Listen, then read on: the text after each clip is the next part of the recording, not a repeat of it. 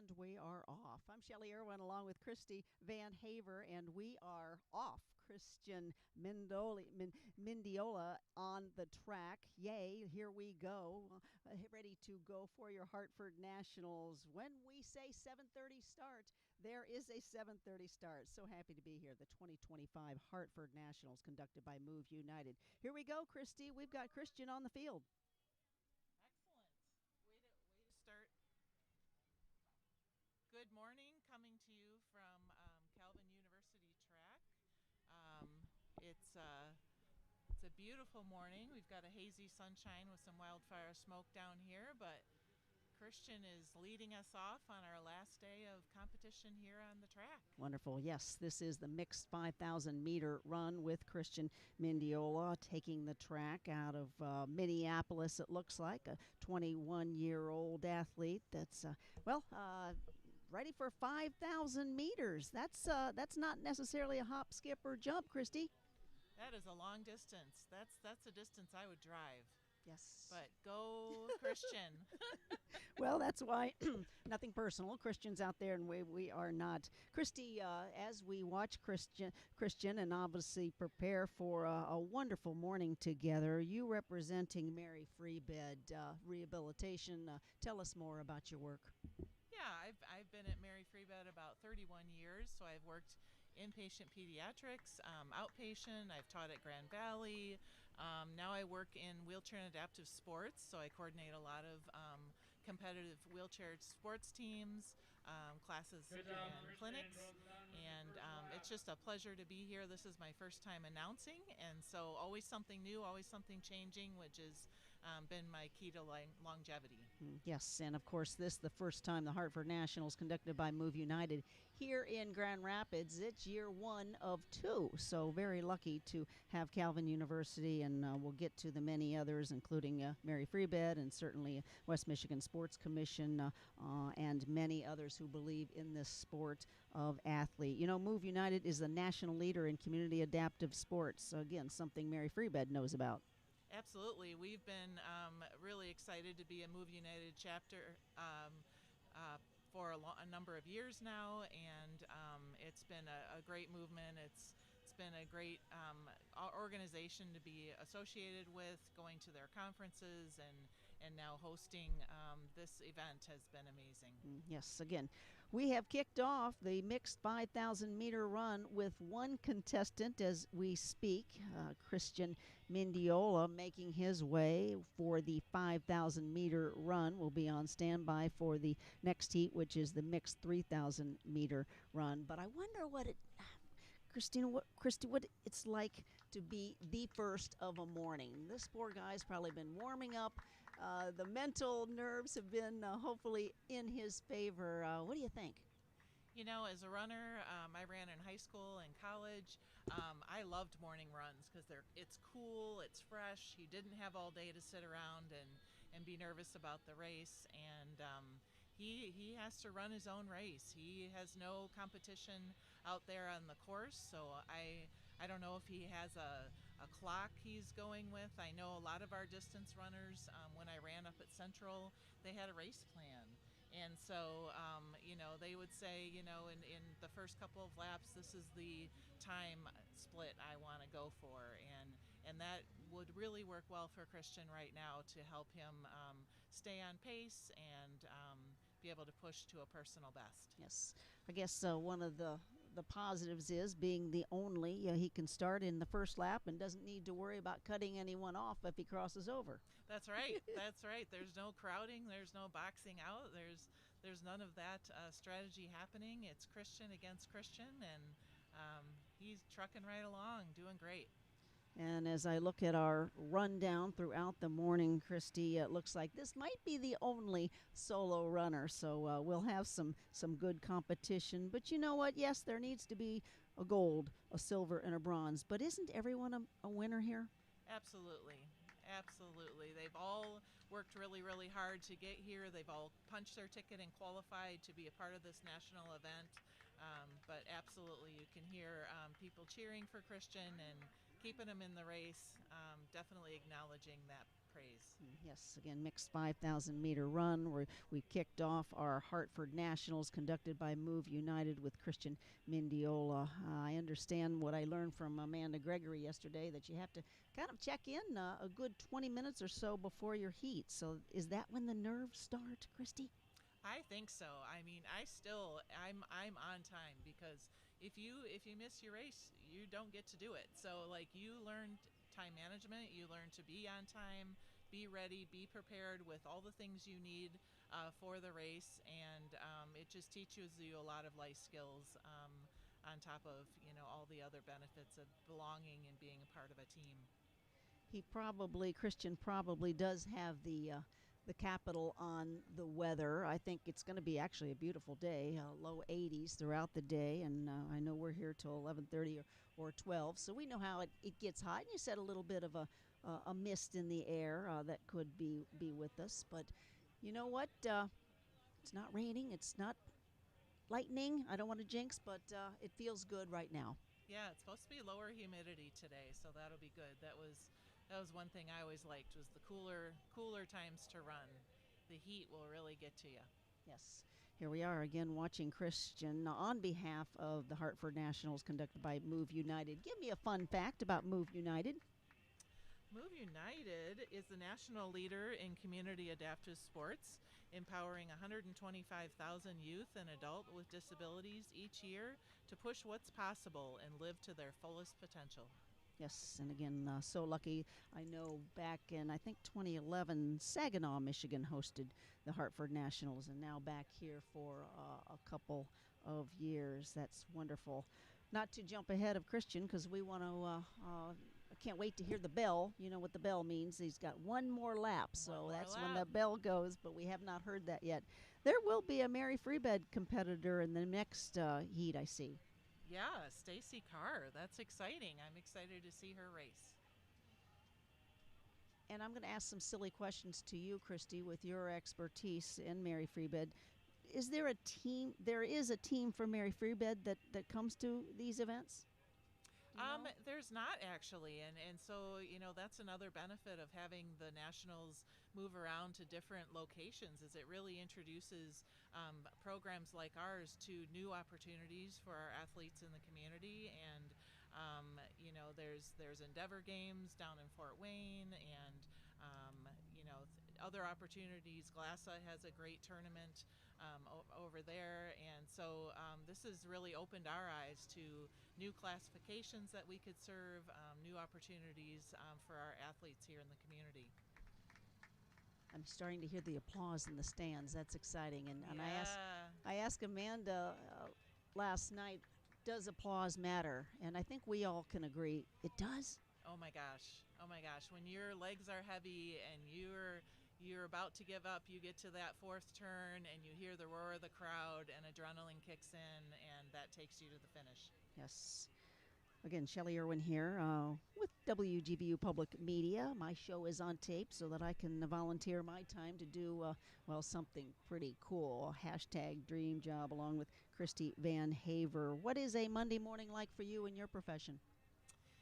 Monday morning tends to be a lot of planning. There's a lot of things that happen. Are we coming to the finish here? You know, I hadn't heard the bell. Our screen Yes, our screen shows us, thank goodness, who is running, what heat it is. Of course, the mixed 5,000. As soon as we hear the bell, that's when we know we have to, pay attention and do a little cheer. But There we no, go. it's wonderful communication, and we've got one of the best seats in the house, Christy. But that doesn't Absolutely. mean an audience member can't come and enjoy. That's right. That's right. No, so Mondays are usually in the office doing a lot of planning for my teams, whether it be planning for travel, home tournaments. Each one of the teams I coordinate has a home tournament to be able to compete in front of their hometown crowds. And then the rest of our tournaments are all over the U.S. So there's a lot of planning and coordination that happens with that. So, but most of my work is done when people play, evenings and weekends. So Nice. We will soon get updated again on Christian's time. I think maybe about 30 seconds ago he was at 9:47. Again, this is a 5,000 meter run. Here we are. He's at 10:27, 10:30. Lane 1. 5,000 meter means a 5K. Is that correct? I believe so. Yes. Yes, yes. Yes. He Ooh. seems to have a very consistent pace. We don't have access to split times, but he looks very consistent all the way through. I don't see him going faster, fatiguing, doing a great job.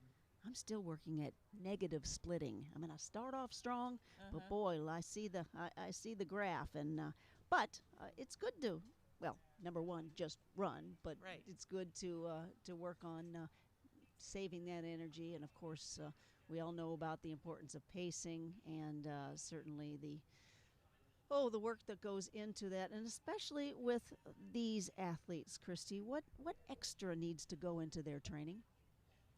I think however each athlete learns. Some learn best by the hands-on learning. Running right alongside them, so they understand their place in the track, whether it be a race. Obviously, Christian is staying in lane one every time, but some of our races we'll see at a certain point in the race they waterfall in and they're all in the 1, 2, 3 lanes. Some of the sprints, you stay in the same lane the whole time. So just kind of making sure your athlete knows the lay of the land, kind of what all the markings on the track mean. The more that you can educate on the environment, the less that your athlete is anxious about those things and can just perform. And again, what I learned last night from this and from Amanda was many of these athletes are, well, involved in many of these heats in different, whether it's the shorter dashes or these longer runs. So training in many different ways. Absolutely.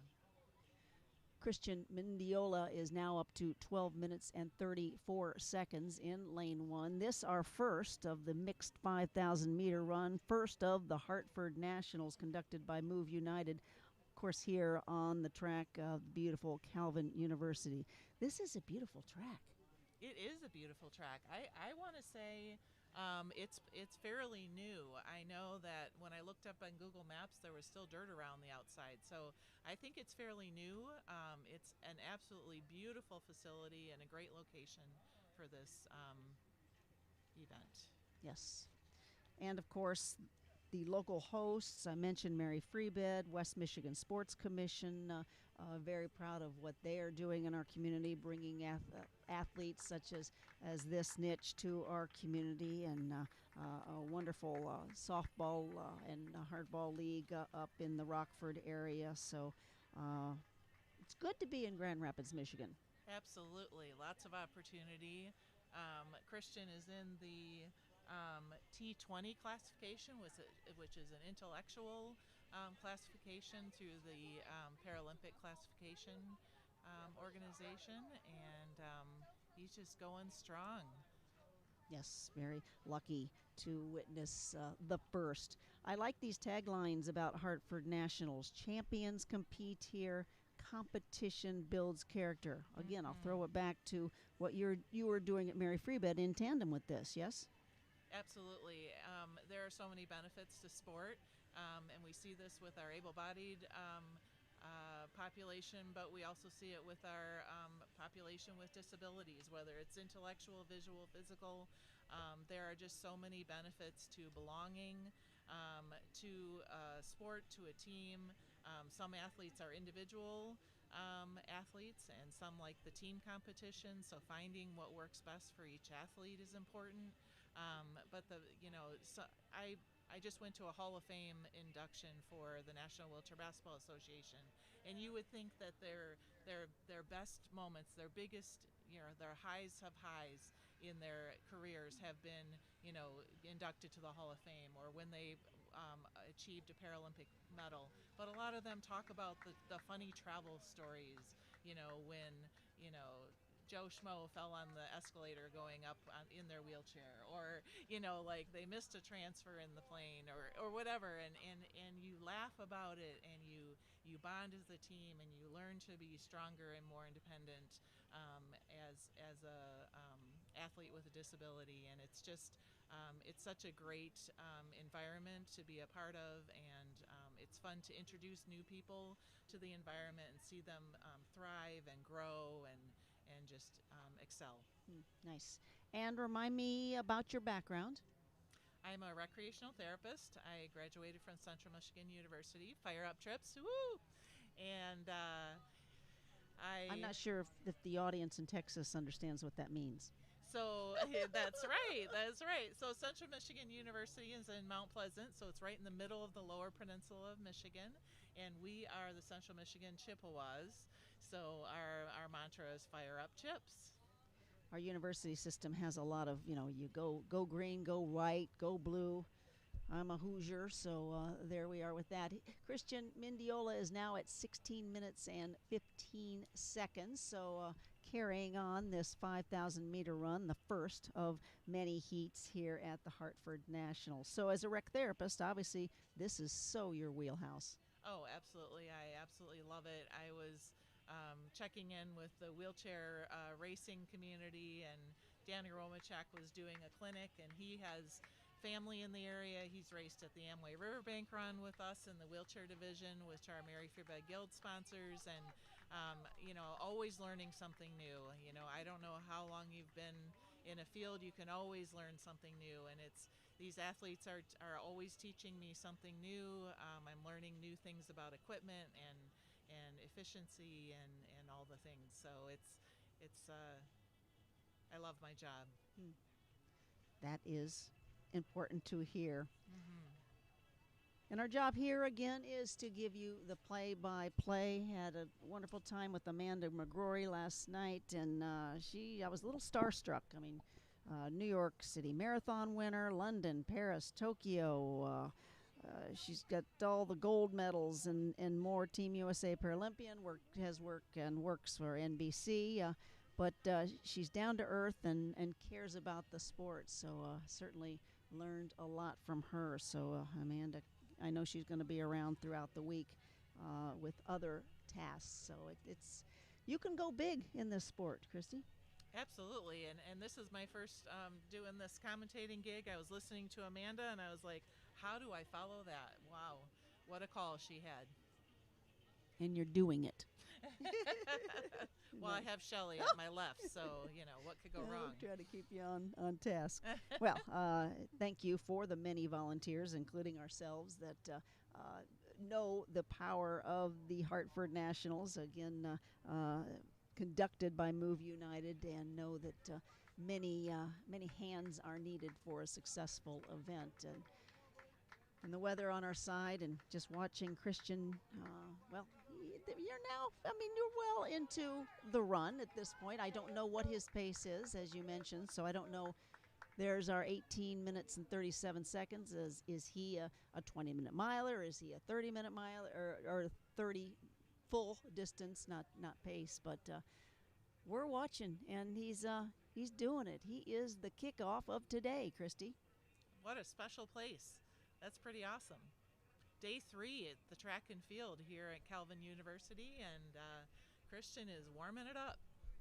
I was able to attend opening ceremonies, and that was, I guess, emotional is a good expression. Each state lined up and walked and had their applause, and you could see the stands were full of their fans, obviously, hopefully their parents, their caregivers, and more. So it was good that there was an opening ceremony. I don't know, is there a closing ceremony? There is. Yeah, Thursday evening at Woodland, MSA Woodland will be the closing ceremony. I think that's the really cool thing about track and field. Some individual sports, you really are individual, and there's not as much of a team feel, where I always love track and field because you're really an individual athlete. Other than like a relay, you feel more like a team and things like that. But if you do long jump, triple jump, things like that, but you are also scoring as a team. So you kind of get the benefits of both. Yeah. I noticed on our graphics, Courage Kenny Blizzards is Yes. who he represents. Out of Minnesota. I'm applauding. Okay, he's still going. He's He is still going. We'll follow the audience leads. Hopefully, his parents or caregivers are in the front seat of the stands there and making sure that he has the support, because there's no. Now we're slowing down a little bit, and that's allowed. Obviously, you run your own race. We will follow up to make sure he's okay, but there's nothing. If one needs to walk, skip, or crawl, or hobble, that is part of this. Event 283 mixed 3,000 meter wheelchair. Please report to the call tent. Event 283 mixed 3,000 meter run wheelchair to the call tent. I'm hearing drones around us, Christy. Yes, me as well. I think you're going to get some bird's eye view of things going on coming up. We can't see through the tent. We're seeing what you're seeing. They're checking in with him. We will get an update, but it looks like there might be an issue with Christian Mendiola, who has started our mixed 5,000 meter run. He's gone at least a 20-minute round, but we've seen him slow, and some officials have been tending to him. I don't see an issue as far as a medical issue purely, but we're going to give you that play-by-play. We are standing by for the mixed 3,000 meter run, which includes 7 athletes. He is continuing to walk. Yep. The next event is event 49, mixed 3,000 meter run. Lane run, we have Stacy Carr. We also have no indication that the race is over, so I don't know if maybe he just needed a little bit of a water break. Maybe a reminder how many more laps he has. He's getting good support there. Yes, again, on behalf of the many volunteers and certainly the well-qualified officials. I mean, this feels like this is an official event. This is a big deal. I don't want to speak for Amanda. She knew all of the next steps to the next steps, and it looks like we have the start of the next race, which is the mixed 3,000. In lane 1, we have Stacy Carr. Christina Burbach is in lane 2. Lane 3 is Benjamin Blumond. Lane 5 is Grayson Adams. Lane 6 is Cade Lubner. And lane 7 is Lucas Duggan. So we are off with a mixed 3,000 meter run, Christy. Yes, here we go. Which means Christian knew that the race was over for him, and he completed his race. So congratulations to Christian for completing his race. Yes. And we're off. Again, this a 7-heat mixed 3,000 meter run. These are finals. We will be having a couple of prelims with our competition. Prelims, again, ending up into a final race, but these are the finals. It looks like, Christy, as a mixed 3,000 meter, we have big-time mixed categories. This looks like everyone is with a different T. Yeah, we have T64, T36, T45, T35, T37. I see amputee out there with a running blade. So yeah, mixed competition. And for those of you who are new to this, the classifications are given to these athletes by the International Paralympic Committee, and it's based on their disability, whether it be intellectual, physical, visual, and even though they're in a mixed race right now, and there will be like a first, second, and third finisher in this heat, they are competing against their same classification. So someone who is an amputee and running with a running blade might be faster than someone who has cerebral palsy. But they are classified appropriately and will be racing against their own classification. We have a very strong leader. I'll let you catch his number once he gets closer. And it looks like, because this is a mixed 3,000 meter run, we have 2 women and 4 men involved. This is such that looks like one woman is 38 and another woman is 51, and our youngest male is 15. So as you mentioned, Good it's job, mixed boys and and girls. At the end of competing this against 3,000 the meter likeness run, of your who competes wheelchair. against each other. That's There you are. exciting. Oh, it looks like Stacy Carr is in first place. After this race, Mary we'll open Freebed the Wheelchair track for a Sports. wheelchair race So it's to finish exciting off for the Stacy to be in the lead. 5K. Congratulations. Christina Burbach is in lane 2. The graphics are specifically important for all of us as viewers as they fall into the lane 1 for the remainder of the race. There is a strategy. See if you can pick. This is our leader. See Number if you 5. number 5. So he is in the lead. Grayson Yeah. Adams, Yep. 15 years young, and he's in lane 1. Started in lane 5, so he knew what he needed to do. There's number 6, who is number 6. Is that Cade Lubner? It is. Yes. Yep. Yep. And it looks like back to number 5, Grayson Adams. Looks like he is independent. So, like we see in able-bodied track and field, some people come with a team and some people run as independent athletes. So, good for him. Hopefully, even within his independent status, he's well coached and well supported. I would tend to think so as he continues to lengthen his lead. Here comes number 7, Lucas Duggan, and he is a 15-year-old male. Navigators, I think, his team. 3,000-meter run. We'll get a time check on where we are at 4 minutes and 31 seconds.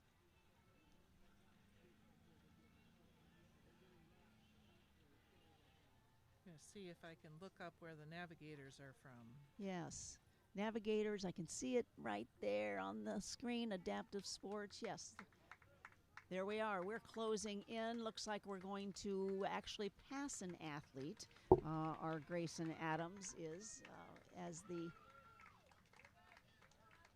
well, winner, it looks like. Wow. Are we there yet? Okay. All right, my apologies. We are not at the winner stage. We are waiting for the bell, and here comes another runner. Pacing is what is important. Again, Stacy Carr, Christina Burback, Benjamin Blumon, Grayson Adams, Cade Labner, and Lucas Duggan, all from different categories. This a multiple classification, and of course this your mixed 3,000-meter run here early in the morning at the Hartford Nationals. Awesome. I found it. Navigator Adaptive Sports Club is out of Massachusetts. Nice. So, East Coast runner.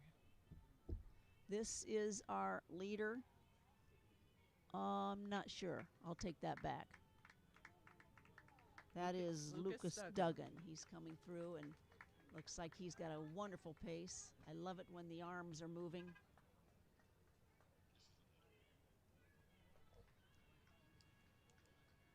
Here's our leader. Look at him go. There he is. There's our number 5. Grayson's pretty much been the leader since the beginning, our independent 15-year-old in the T45 classification. I have a feeling he's going for his dream.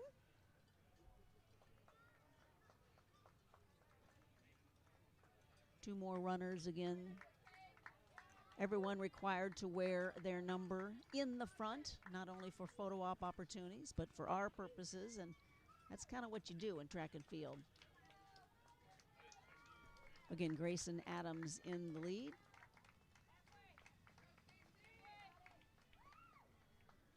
We're 7:08 into this second heat, the mixed 3,000-meter run. Cars are pulling in because we have a wonderful day ahead of us. I'm Shelley Irwin along with Christy Van Haver. Getting to watch and talk about it, Christy. Absolutely. I love how the fourth turn is that different color. That reminds you, you are almost to the finish line. Unless you have a few laps ahead of you. But Right. Or you started there.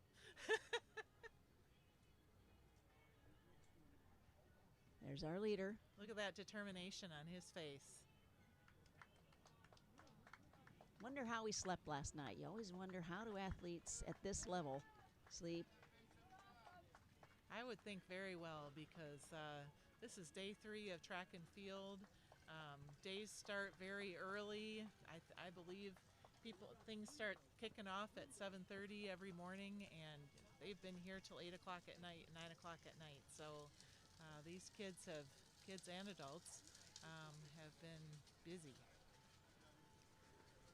Of course, the very important sport that we are watching, but there's also archery, para powerlifting, para triathlon, shooting, swimming, track and field, wheelchair tennis, and this is new. Bocce. Bocce. Yeah, this is the first year of doing bocce, and that's also a Paralympic sport, and has been really growing in interest across the U.S. We are actually at Mary Freebed Wheelchair and Adaptive Sports doing a clinic put on by our fieldwork student this summer in August, so be looking for that, local people. And so joining the movement we are.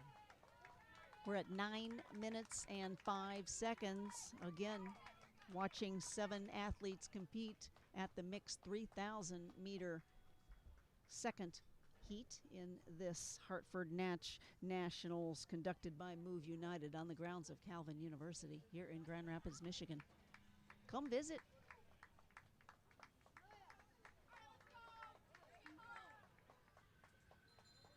And there's the bell, Christy. Okay. We missed it. That's the bell for We missed it, yeah, the first time around. We certainly did. Okay. All right, so we know mentally Grayson Adams in the lead. This is his lap, followed, well, not closely, but there are those behind him. But again, a reminder, everyone's from a different classification. Never guaranteed gold. That's right. Learned that from yesterday. But so you do your best. Absolutely. You have to, you have to finish the race. You have to follow all the rules as far as like lane violations. There's different things that can disqualify you from a race. So it's not over till it's over. And Kane across for the final lap. All right, so again, Awesome. bells for the final lap as we look at ultimately our top winners. There he goes, fourth turn.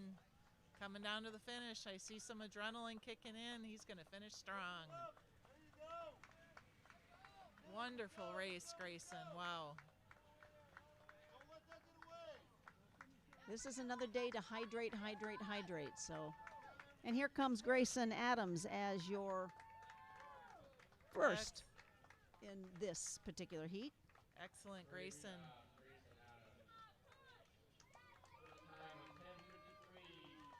10:53 per the overhead announcer. There it is. Yes, the number 1 will let us know. Excellent. We're learning by doing, Christy. Yes, we sure are. I hope that's a personal best for Grayson. It's hard to run out front out there with nobody pushing you, just running against your own time, and he seemed to put in a very good time. I asked Amanda last night if there are course records, and she says yes, one does set a course record here. Sure. And it's always fun when you go to a new track and you're setting the records. Benjamin crosses the line on his 3,000 race. Congratulations to Benjamin Blumend, finishing second. 11:47 his time. Well done, Benjamin. Again, Grayson Adams, your first. Second is Benjamin Blumend. Looks like Cade Lubner, yes? Yep, from Great Lakes Adaptive Sports Association. Now, Great Lakes means, I think that's not our Michigan side, but no, yeah. It might be Wisconsin. I think Wisconsin, Minneapolis. We'll put that on the to look up list. Exactly. Finishing with a time of 11:58.21 for bronze. And Cade is an 18-year-old male. Again, a couple of gals and 4 males in this as dubbed mixed 3,000 meter run. I think that's the neat thing about this competition as well is the age ranges. Like Christina 6 crosses years the old line on for her up. final lap. I volunteered for a long jump on Saturday, and there was the cutest little 6-year-old long jumping. So to have such a mix of ages and gender and abilities, and it's really a great event. You'll want to come out and cheer, volunteer. You won't want to miss it. Now there's her blade. Yeah, that's a running blade. Isn't that wonderful? Tell me more about that. So she, it looks like she might be a left Great below job, knee Stacy. One more amputee, lap to go. and so she has a running blade as her prosthetic leg, and that blade is specifically designed to give her the support and performance that she wants from it to allow her to run competitively. I actually got to hold one of the athletes' running blades on Saturday, and they're much they're heavier than I thought they would be. I think a lot of the weight can be in the socket, which is the part that goes over your residual limb. But there's also a good amount of weight to the actual blade itself. Comes another finisher in this mixed 3,000 meter run. We've seen 3 come across. Let's see who this lucky man is. Christina with 100 meters to go. Lucas Duggan from the Navigators Adaptive Sports Club. Against, we said that was out of Massachusetts with a finishing time 14:1:37. Congratulations, Lucas. Here comes perhaps our first female crossing. We have 2 in this particular heat of mixed classification. Is this Christina Burback? Let's hear it loud and proud for Stacy with 100 meters to go. Christina's yeah, it come was in. Christina Burback from Capital Area Runners. So here comes Stacy Carr, your Yes. hometown girl. Absolutely. Way to go, Stacy. Let's go, Stacy. 38 years young. The T64 classification. Number 161, started in lane 1. Excellent. Capital Area Runners. Track is now open for events 283 and 284 for the mixed 3,000 meter. All right. Mixed 5,000 Wonderful job to those athletes. We're now lining up for the mixed 3,000 meter run wheelchair. 3 competitors in lane 1 will be Francis McCabe III, Julia Gonzalez, and Cohen Granton. So 1, 2, 3, your laps for the mixed 3,000, which includes 2 men and 2 young men and 1 young woman. Excellent. Excellent mix of athletes. We'll be excited to see the wheelchair racers take off here shortly. Our first wheelchair racers. Looks like a couple of Texas, well, the Texas club. Yep. And then we'll find out where Francis is from.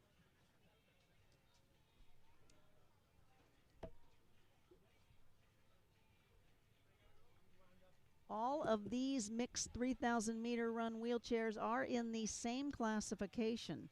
So from what I learned from Amanda, we, if applicable, will see a gold, silver, and bronze. But again, we have 1 woman and 2 men, so that may make that different. This to kick off here very shortly. They're on the track. Most call times are 20 minutes prior, so they've had time to hydrate, / hopefully, and begin their mental preparation.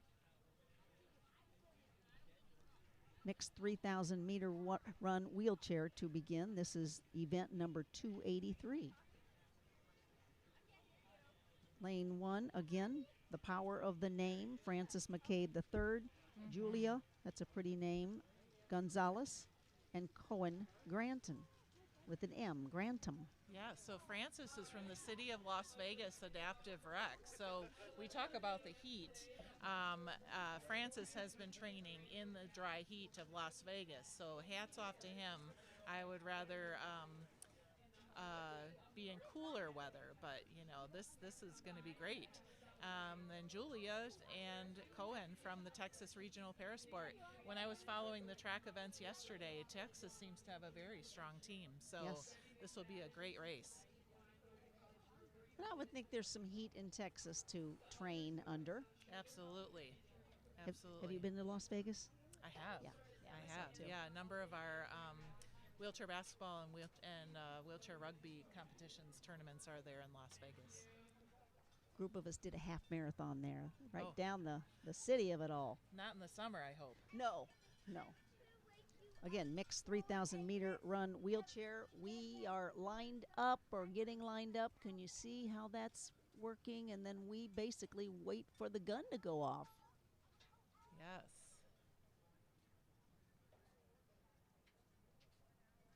A lot of these wheelchair racers got some great tips and tricks from Paralympians earlier this week and or weekend on Saturday about how they're starting, some great ways to make sure that their wheelchair racer equipment is tuned up and ready to go.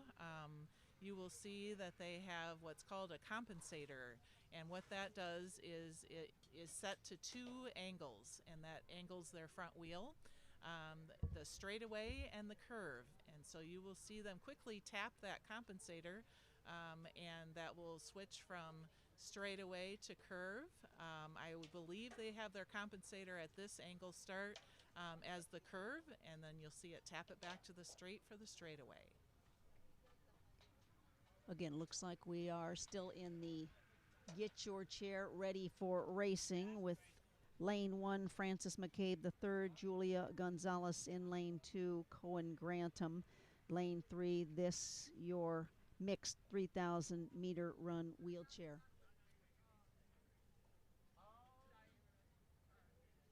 Yeah, looks like lane 1, Francis is still, oh, here we go. Could he be working on some wheelchair mechanics? He could be. Racers are all different in what their pre-race warm-up routine looks like. Some racers will warm up and then they like to just be still and maybe fuel a little bit last minute, maybe get some hydration in, calm their nerves, take some deep breaths.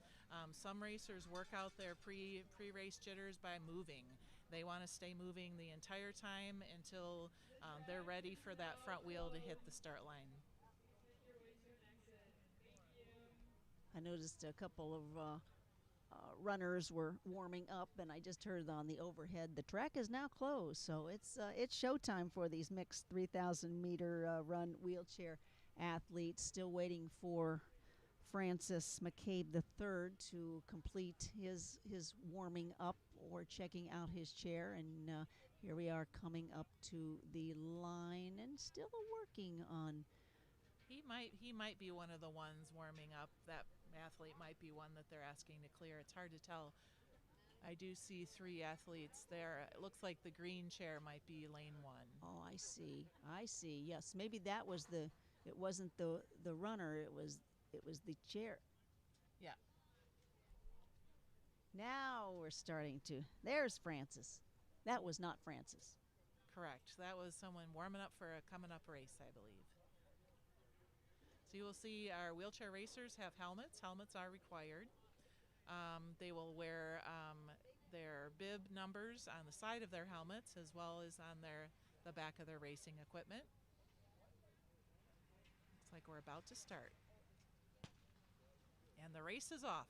And there's the gun. Looks like lane 3 has the lead going out quickly, cutting over to lane 1. You are allowed to do that at a certain point, yes? Yes. And unlike the sprints, you'll see they're a little bit slower start. They have a long ways to go, so it's about finding your pace. Another clinic that was held by Paralympian racers, wheelchair racers earlier this weekend was about drafting, and so you will see our wheelchair racers draft off of each other.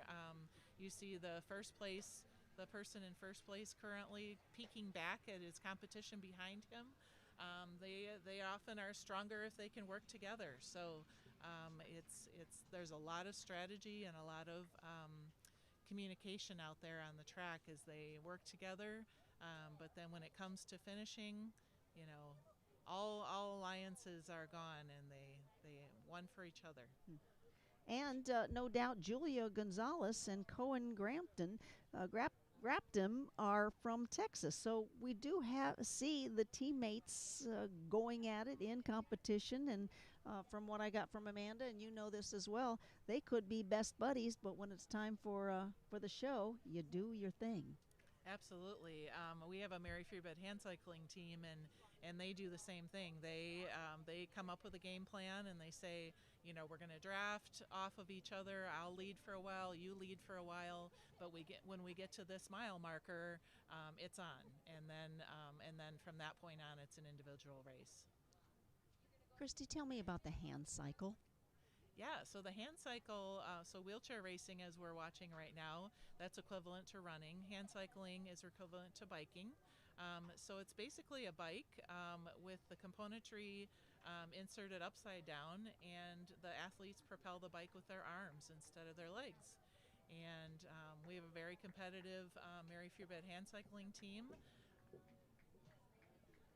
And actually, I would say we have a lot of competition. We have a lot of talent in our team, but we offer a wide range of goals and levels of competition for our team. So some people are just interested in being a recreational hand cyclist and aren't interested in competition. They enjoy the group rides and riding on their own with their equipment. And some like to really push the envelope, do a lot of competitions, travel all over the U.S. for competitions, and take it to a high level. Nice. We have Cohen Grapton in your lead. Julia Gonzalez follows behind in number 2. Francis McCabe III is in third place. Again, Francis from Las Vegas, the team, the City of Las Vegas team, and I'm butchering that. We'll get that again. And then the Texas group, Julia and Cohen. But Cohen is in your lead. 5,000-meter wheelchair racers, please report to the call room. All 5,000. Yeah, Francis is like loving this weather. He is just out there. Yep, I think Cohen Grapton is our leader. Oh, okay. So Francis will need to, well, continue his hustle. Our angles are unique because of the great camera work. Each athlete needs their time, their head time. But because of a little birdie in my ear, Cohen Grapton is our leader. Awesome. And that's how congratulations, Cohen. We sound like we are official. I like the graphics in his spoke covers. Makes kind of a cool look as he's pushing. Tell me about the forward lean that's needed. Yeah, so our athletes that we're watching race right now, most of them are kneeling, in a kneeling or full kneel position in their equipment. Most of their weight, as you can imagine, if they were to sit straight up, would be on the back 2 wheels. So they want to lean forward to have the most aerodynamic position, but also that's the most efficient position for powerful push. They will have, there's kind of a variety of things that they'll use on their hands to push on the push rims. So a lot of times people will call it wheelchair racing, sometimes they'll call it push rim, because they literally are pushing the rim. So whether it's a pushing glove that they're using, or now they have 3D printed pieces that they will hold in their hands, and that's what they're striking that push rim with. Look at this athlete go. I want to say that's pretty fast. It's really cool. The drums of the rear wheels make a cool sound as they go down the track, and between that and the striking of their hands and devices on the push rims, it's quite a cadence. Now note this wheelchair Yep. versus the wheelchair we were just discussing? Can you educate? Yeah, so the wheelchair that's just finishing now, she's in a little bit more upright position. Looks like her feet are down, and that's the adaptability of this sport. Is sometimes people have knees that bend fully, or maybe they're a double amputee, and so they can tuck in tight, and that works well for their body. Sometimes our athletes have contractures or reasons with their diagnosis that those knees don't bend fully, and so there's a different position that you use. Obviously you want to respect your body, take care of your body, and especially for these distance sports, you want to make sure that that full kneel position is going to be okay on your body. Because the last thing you want is to have any kind of injuries occur that would sideline you from the sport you love. Wonderful. We'll get an update on where we are time-wise here very shortly with this, the mixed 3,000 meter run wheelchair. Again, all in the T54 categories. Frances McCabe III, Julia Gonzalez Cohen Graptum was your leader, and I think still is. Confirming Cohen Graptum doing a great job in leading. Yep. Out of Texas. Yeah. You saw this athlete hit his compensator when he came up to the straightaway. We're seeing what you're seeing, and so that was nice to see that demonstrated.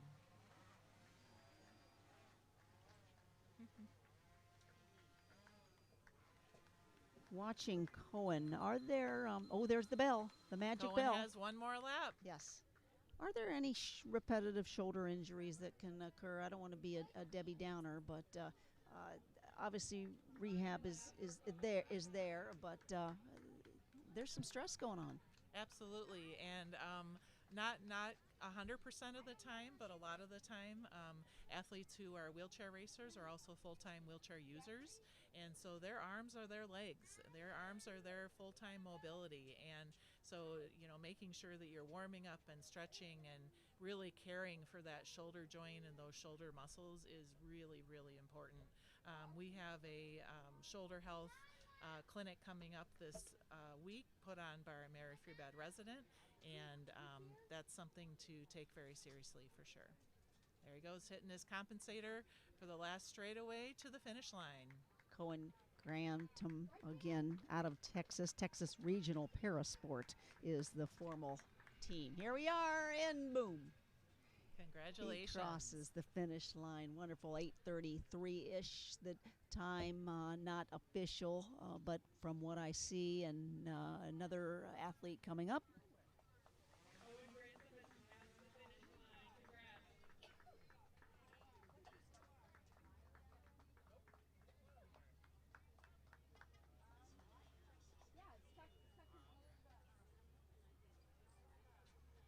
I also ask Amanda, which I should have known the answer, but do athletes go as hard and as fast as they can crossing the line? And of course they do. I would say, of course, they do. We saw our winner just now sit up just a little bit at the finish. I think it depends on your competition, what do you have left in the tank, where is your time, all those things. I think if someone is out there with no competition, but they're narrowing down on a course record or world record or a personal best, they might push harder. I think it also depends on what other events they may have. If they have a number of events coming up in quick turnaround, maybe they can reserve their energy if they've already accomplished the task at hand. I mentioned Julia's name. I like, I'm saying Julia, but it's spelled Jewelia. That's beautiful.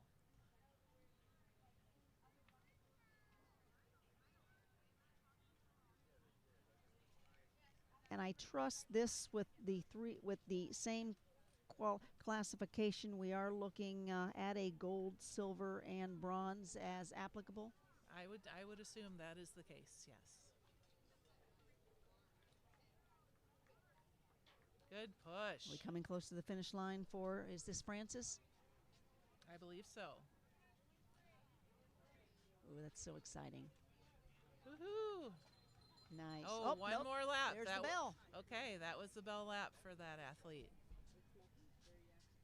Francis, again, 14 years old. Julia, 16, and Cohen, 17, just starting their lives. But how exciting to know that you have to qualify just to get here. Absolutely, you do. Yep.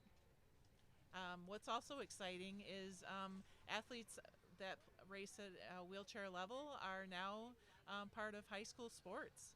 And so they can join their high school sports teams and race at a wheelchair level. And that's been such a huge thing. It has really grown the numbers of kids that are part of wheelchair sports. And you can just imagine, it's one thing to be part of like wheelchair basketball, wheelchair rugby, wheelchair tennis. That's a real separate, part of that part of your high school program. But to be part of your high school team and be fully included and integrated into that team event, that's awesome. We're waiting for Francis McCabe III to finish his lap, then followed by Julia Gonzalez pushing themselves at their best, at their hardest, because this is looking here like we go. Big push to the finish. What a great effort put up by Francis. Again, out of Las Vegas. Go, Francis, go. Feeding off the crowds. Cheers. Nice finish. That would be silver to Francis McCabe III. And you ask about photo finish. In wheelchair racing, photo finish is the front of your wheelchair. It's not the person, is the front of your equipment. So you talk about a big push. That all matters. No cheating with the head stuck out as far as I can, huh? Right. No, you got to get that wheel out there. Yes. What do you think she's thinking now as she turns the bend, Julia? I think she is thinking, I'm going to hit that compensator one more time. I'm coming out of the fourth turn. I'm going to kick it into adrenaline, and I'm going to finish this race because I have bronze on the hook. Here she comes down the wire. Julia Gonzalez, 16 years old, T54 classification out of Texas Regional. Head down, pushing hard. Nice effort. Nice. Hydrate now and reward yourself, Julia, with a pat on the back or however else. I hope we all have our ways to reward ourselves. All right, we are now ready for the mixed 5,000 meter run wheelchair. There are 7 competitors. Lane 1, Adalia Bergmeyer. Lane 2, Heather Sealover. Lane 3, Delmace Mayo. Lane 4, Isabel Crew. Lane 5, Ryan Davis. Lane 6, Tyler Gunnarsson. And Lane 7, Madeline Wilson. Christy? Well, if I were to pick a favorite name, Seal Lover. That's really cool. I love that. That is Seal Lover? Seal Lover. Seal over? Seal. You know what? That is the English language at its worst. Is it sea lover or seal over? I don't know. We'll have to see. We'll have to follow up with Heather. She's in lane 2. In your handy look-up text, we've got a couple Texas regional. It looks like I'd like to know where Heather is from. Parasport. Okay. Adalia, lane 1. Your top-seeded athletes, from what I learned yesterday, are in lanes, I should say, 4 and 5, followed closely by 3. Lane 3, so Isabel Crew in lane 4, Ryan Davis in lane 5. And I trust that's due to qualification or where their points are. Yes, I would. I believe you said lanes 4 and 5 are the fastest, so the top seeds. And as I assumed, Parasport Spokane is from Washington. Spokane, Washington. They might get the longest distance traveled award. Absolutely. We have a women's wheelchair basketball team that plays Parasport, and so I was assuming that's where they were from. Again, lining up at their leisure. We are on a tight time frame right up until the last expected heat at 11:30 this morning. which will be the mixed 4 by 100 meter relay 50-point wheelchair. But until then, we're lining up for yet another mixed 5,000, not yet another, the first mixed 5,000 meter run wheelchair. We began with Christian watching his good attempt at the mixed 5,000 meter run, and now it's a 5K meter run for the wheelchair athlete. Yeah, you see they're doing a waterfall start. I was I picked up Willie Hernandez, who's he's an athlete from Texas, does Performax wheelchairs, and was here in town this weekend competing in our wheelchair tennis tournament. And I was telling him about my commentating gig today, and he was talking about wheelchair racing as he started out his career in wheelchair racing before he got into wheelchair basketball and wheelchair tennis. And he was talking about there's a lot of strategy in wheelchair racing, especially in the longer races. So with this many competitors in this heat, it'll be great to see if we can get some competition. And we're off.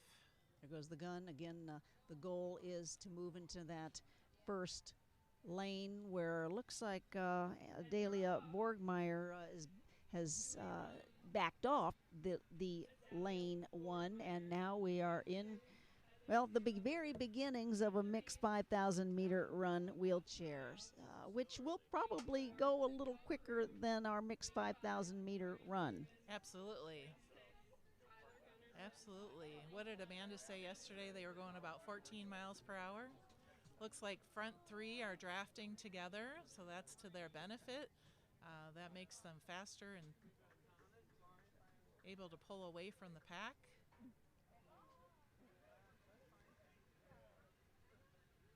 Many classifications here, this as deemed mixed, with the exception of, well, it looks like most are T54s. I don't have a note for Heather Sealover as far as which classification she's in, but the remainder 6 are all T54s, so vying for this final, a gold, silver, and bronze. But thank you for looking up where Heather Sealover or Seal Over. I'm sure Mom's listening and saying, it's Seal Over. Yes, I know. I'm sorry, Mom. We'll do both and make sure that's taken care of. That's right. So T54 is a classification that designates spinal cord injury. They have normal arm and hand function and range of trunk function, but no leg function. This athlete relies on their upper body strength and technique to propel their wheelchairs, reaching high speeds. So this will be exciting. We have Delmace Mayo in first place, 19 years old. Again, in the T54, there is a pass. So they're switching up the drafting either intentionally or on purpose. Which happens, correct? They are the same. Intentionally and on purpose are the same, Shelley. It's too early to be falling apart. Intentionally on, right? Yes. Back to that English language again. I know. So I don't know if there's some communication about a change in who's pulling the draft. That's very smart. That's number lane 6, Tyler Gunnarsson, looks like has pulled ahead. So he's pulling the draft currently. Ryan Davis is right behind Tyler. So this could be, I mean, we're early in the 5,000 meter run wheelchair, but this could be a back and forth. And I hate to say it, but this is what makes it exciting. Absolutely. They are not physically touching the wheels. That would be dangerous, I would think, as a layman. But they are close. They are very close. Yeah, as they can tuck into that draft. The second pack are numbers 2, 1, and 4, which means 2 is Heather, 1 is Adalia, and Isabel is 4. So we have literal packs racing, which is, again, exciting. Absolutely. I think they learned a little bit about drafting, and I mean, I haven't seen them race before this day, but they're seeing the benefit of that draft. Looks like we have a couple from the Texas team and a couple from the rolling team. With the Rolling Thunder. Rolling Thunder, yes. Educate me here. I believe the Rolling Thunder is also from Minnesota, Minneapolis, Minnesota. So they are also loving this weather.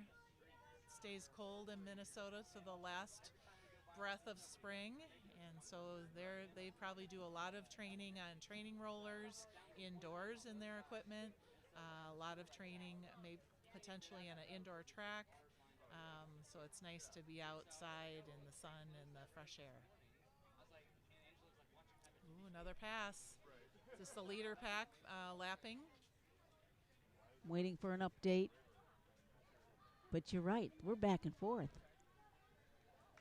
We are. But it'll be a while before we hear the bell, that's for sure. They got this. Tell me, are we wearing long sleeves? Let me look. I wouldn't be surprised if they are. Some might get some rubbing along the push rim with their forearms, and so might wear that as protection.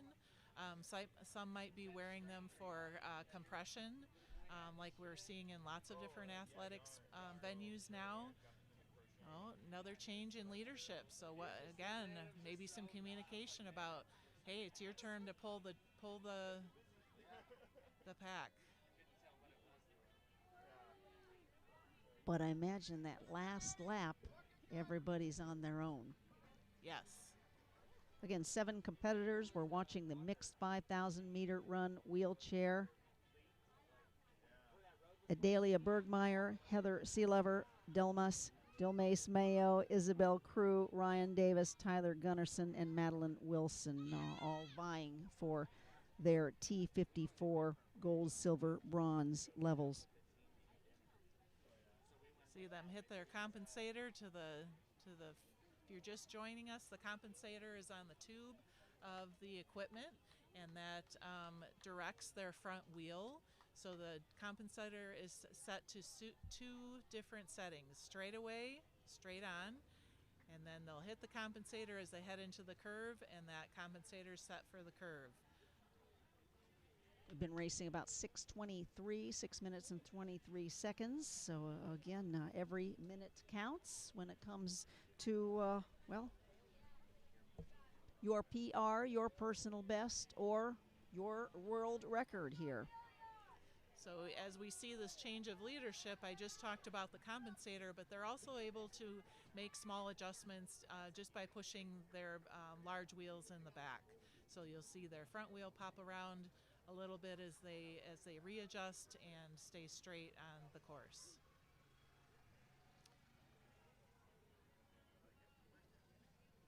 I'm going to ask a silly question. Does the terrain matter with a tire / wheel in this case? I mean, we're on, I trust, a soft track, so any way, inflation, deflation, etc.? Yeah, it's important to have your tire at the right tire pressure for not only the type of tire you're running, but the weather conditions and the temperature and all of those kind of things. Flats do happen in this sport, of course. A lot of times you see them more in road racing where you're looking at, bumps and potholes and gravel and things like that. And so racers will literally bring spare tires and CO2 cartridges to do a quick change, reinflate, and jump back on the race. I'm sure you see flats in track and field or track as well, but it's a much smoother, forgiving surface. I was thinking about that actually as they were looking to clear the track of athletes warming up. It's not one of those things that you can do a lot of warming up off the track. They want to preserve those tires for competition and keep them on a nice surface, nice, smooth, predictable surface to make sure they don't get a flat before the race. I'm seeing still some bunching, but a little bit more of there's somewhat of a chase between the 2 racers there. Potentially working together to pass. A lot like NASCAR racing. If you ever watch NASCAR racing, if you can get in the draft with a car making a pass, you're gonna come up through with them. Try to do it on your own; it's much more difficult. I'm looking to see if these athletes like come up for breath, or I mean, you can only pedal consistently so much, but that is part of the outstanding athlete is the one who can endure the most. Absolutely, absolutely. You want to keep your head down and push hard, maintain the most aerodynamics that you can. So you're seeing that done very well here. You see their equipment is very aerodynamic. The further they get into the sport, the more likely they are to have obtained their own equipment, either via grant or donation or just some nice used equipment that they've acquired along the way. But the lighter, more aerodynamic, the better their equipment performs for them. Wonderful. There's great Sean. Hi, Sean. How are you doing? Behind the scenes action, as they say. All right, you're okay to move. We're going to ultimately bring in Christy. We're still in the thick of the 5,000-meter run wheelchair. But Christy, let's get you into Christy, let's get, what's your first name? Liz, of course. Liz in so that we can talk about you while our athletes do their thing. Liz Willis, Paralympic amputee, rock star, and more. Are you having, well, a good time, as they say? I'm having a blast. It's kind of fun to transition into coaching from running, and so it's been fun to watch the younger generation kind of shine and do their thing, and it's just been fun to watch them all go out.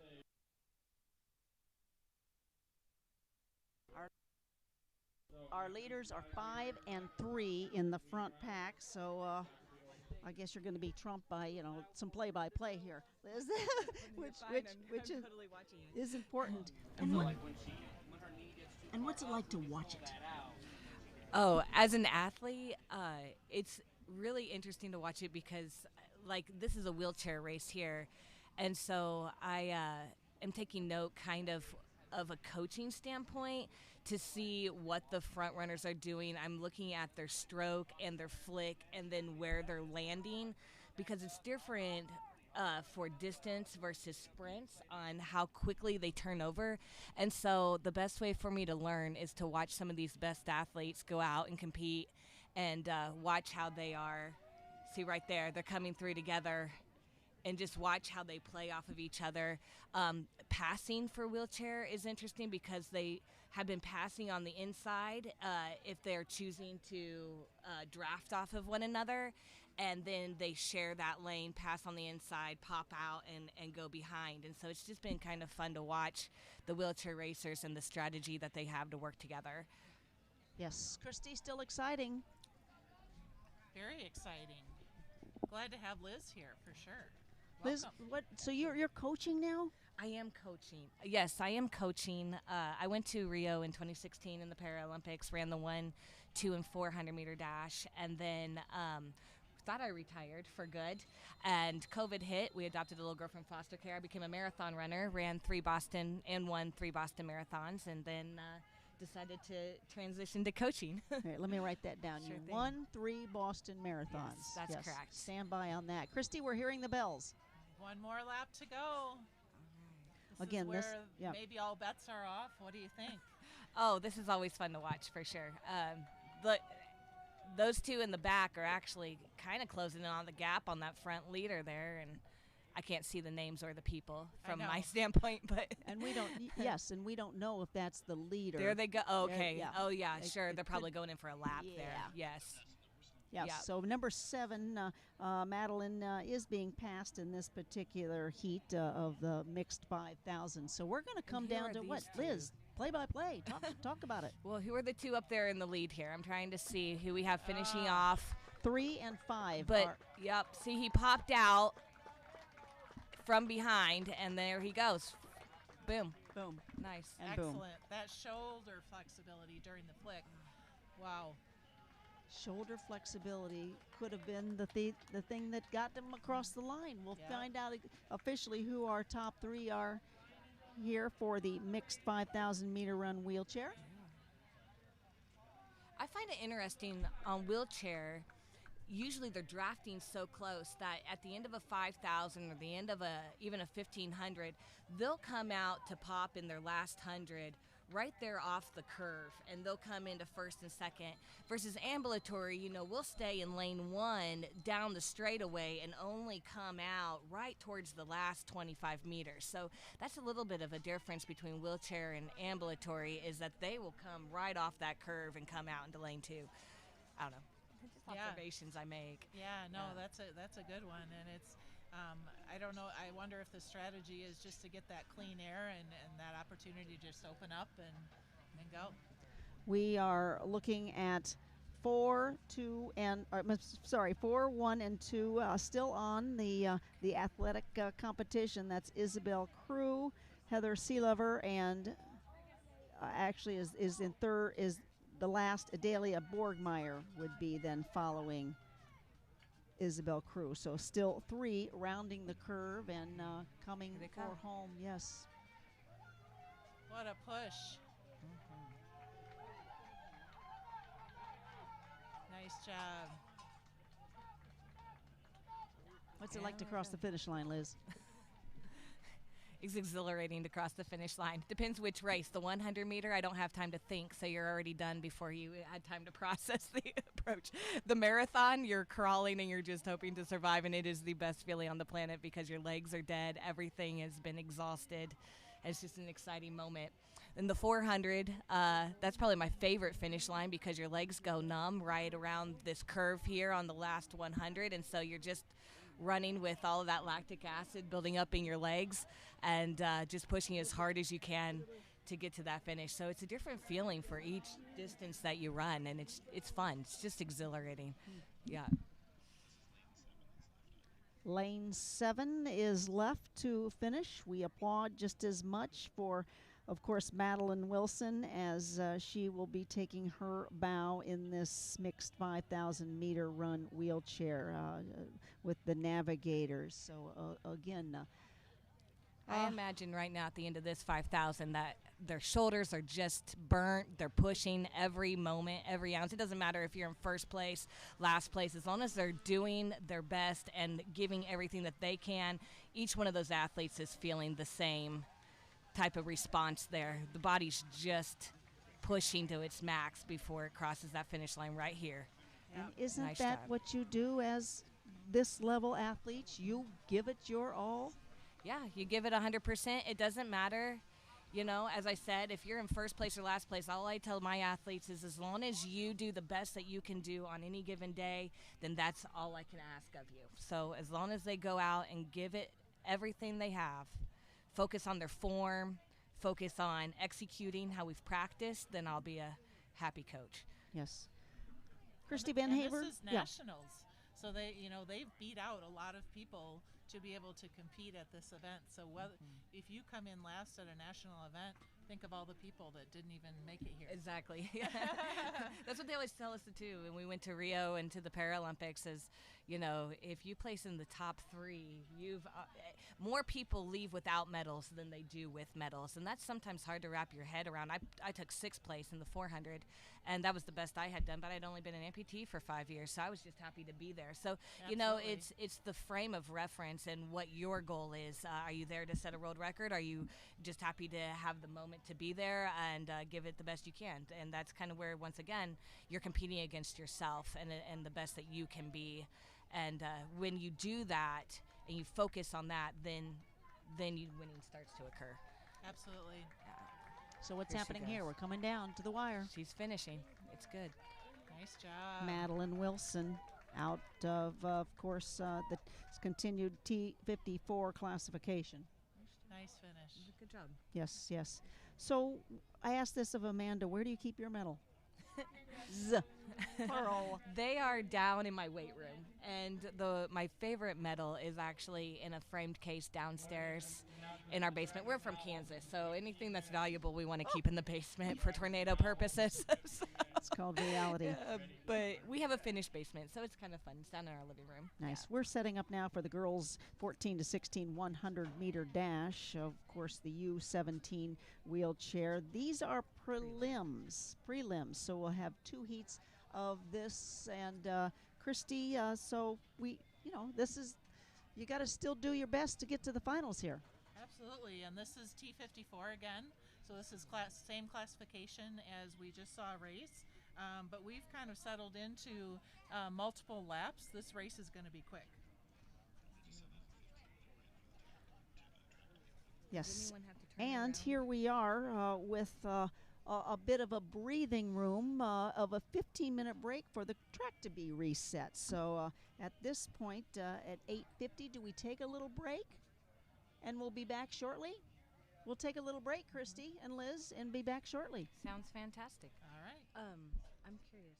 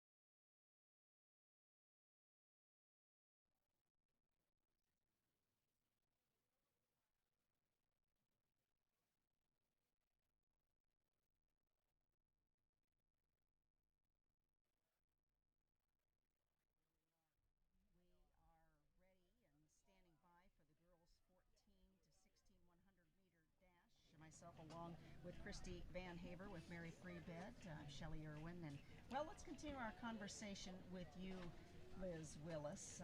Do I turn to a Paralympic amputee? How do you like to be introduced for these wonderful opportunities? Yeah, sure. I'm a Paralympic amputee. That works. I'm a Paralympian is usually how we word that. And then I competed in the amputee T64 division, which means I'm a single below the knee amputee. And in my world, that's a pretty big deal. You chased a dream, I trust? Yeah, it was a very short dream. I had only been an amputee for 5 years, and I didn't even know that the Paralympics existed at that time. It happened probably about 8 months after I lost my limb. I wanted to run. I figured that would be a good way to cope with some of the issues I was dealing with, and so I had lost my leg in labor and delivery with my son, and I thought it would be a great way to rehab. I'd run cross country in college, and so I figured that this would be a good way to get into the into the sport. And then went to my first track meet about a year and a half after losing my leg, and was recruited out to become a sprinter. Nice. And of course, give us, before I ask Christy to ask you that real tough question. No, it's all softball here because it's so exciting. I mean, the Rio experience, what was that like for you? That's an experience that I don't even think you can grasp it within 2-minute conversation. It was absolutely mind-blowing. You walk in, you have opening ceremonies, you see everybody from around the world. You're literally against the best competition that they have. And it's really a surreal moment just to be able to take it in and realize that you're able to represent the United States. And the entire time that while I was there, I was just thinking there has to be a deeper purpose for that. And I didn't know what it was at that time, but, running for a purpose. And that was the most monumental moment that I could, is knowing I'm here, but what is this going to bring for the future, for Paralympians, for children with physical disabilities? And so that's been a good way to give back and pay it forward. That's great. So we've been talking about like running blades and that kind of thing. You run with a running blade? Can you tell us a little bit more about that? Yes, I do run with a running blade. It's an interesting experience. I've kind of had to play around. So if your amputation is closer to the ankle, you can just slide straight into the running blade. You don't have to wear a sleeve. Your calf muscle actually expands, and you can hold your blade on that way.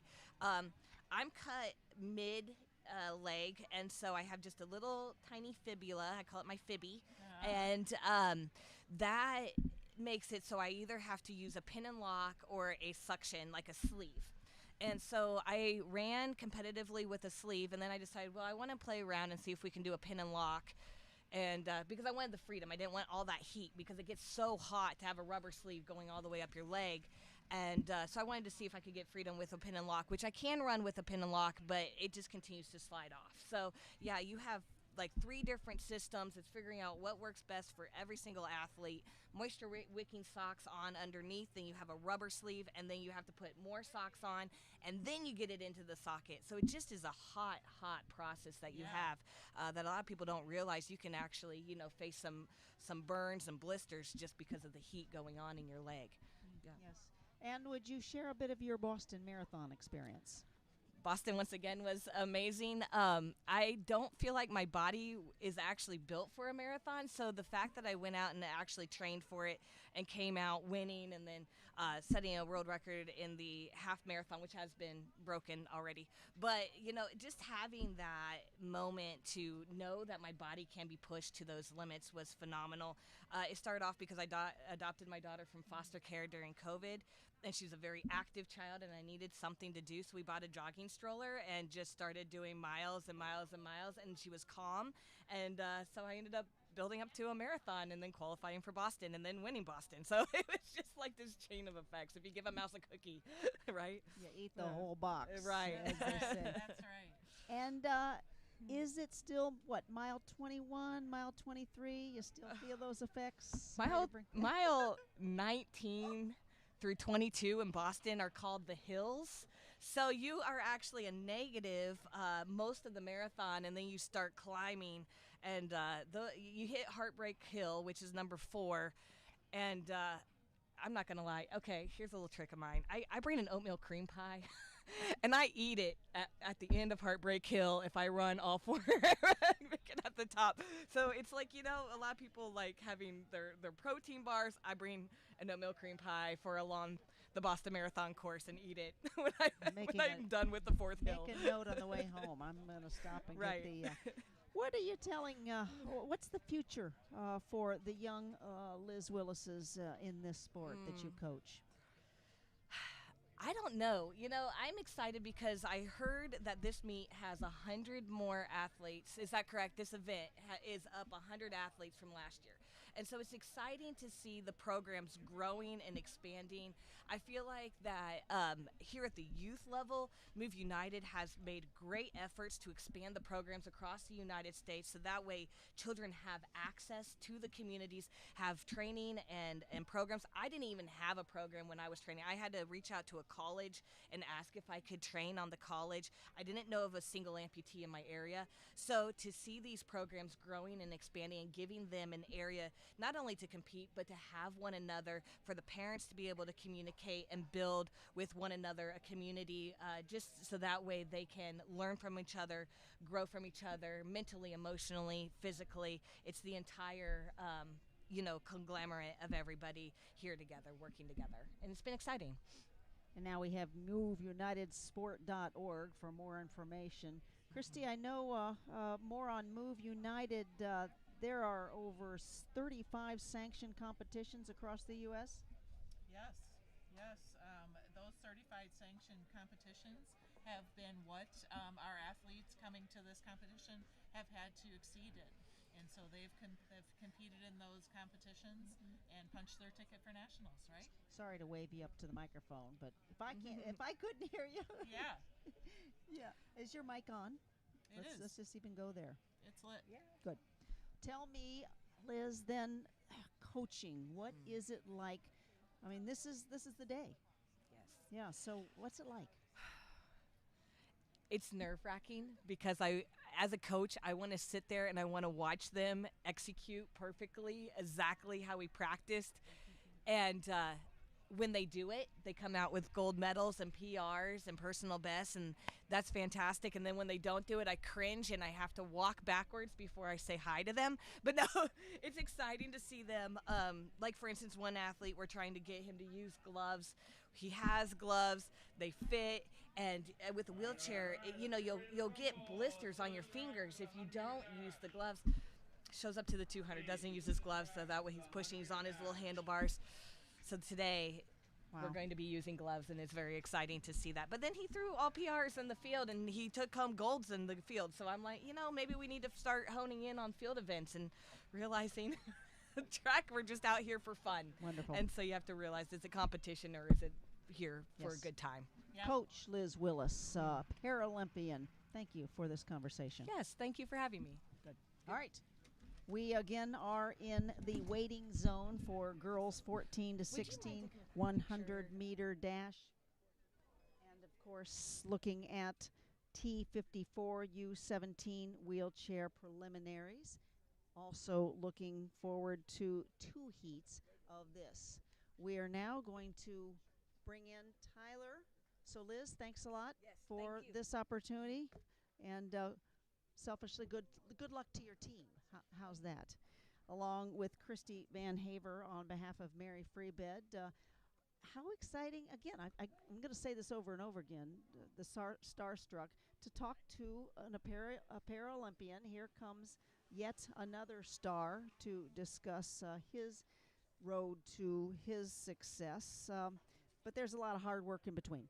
Oh, unbelievable. It's, in my career working in clinical recreational therapy and telling patients that, pediatric or adult patients that have just had something traumatic happen to them, that life is not over after disability, and they can achieve great things. And, having a grassroots program and then becoming a Move United chapter, and now becoming nationals and talking to Paralympians who have taken it all the course all the way to the highest level. It's pretty cool. It's like, pinch me, am I really doing this for my job?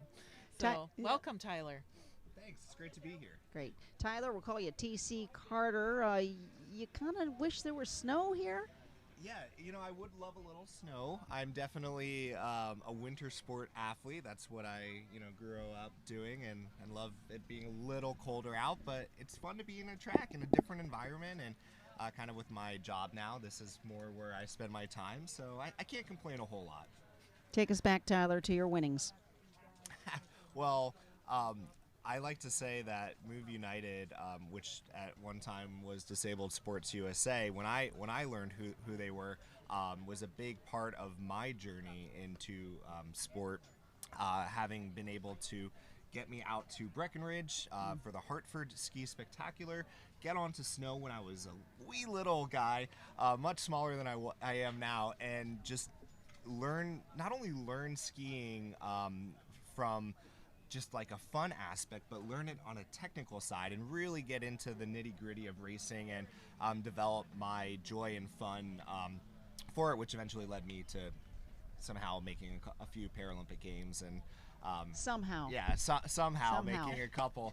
I had the extreme honor of going to the 2014, the 2018, and the 2022 Winter Paralympic Games, and I'm happily retired now, but it was a really, really fun part of my career and journey. That's awesome. That's awesome. What events did you compete in?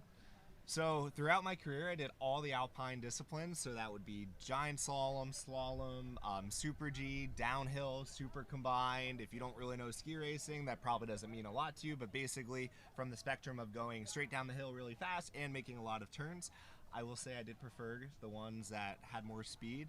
We did top about 80 miles per hour in the Beijing Games. Oh my goodness! So that You're was crazy. You didn't fall, I did you? Yes. I have fallen a few times.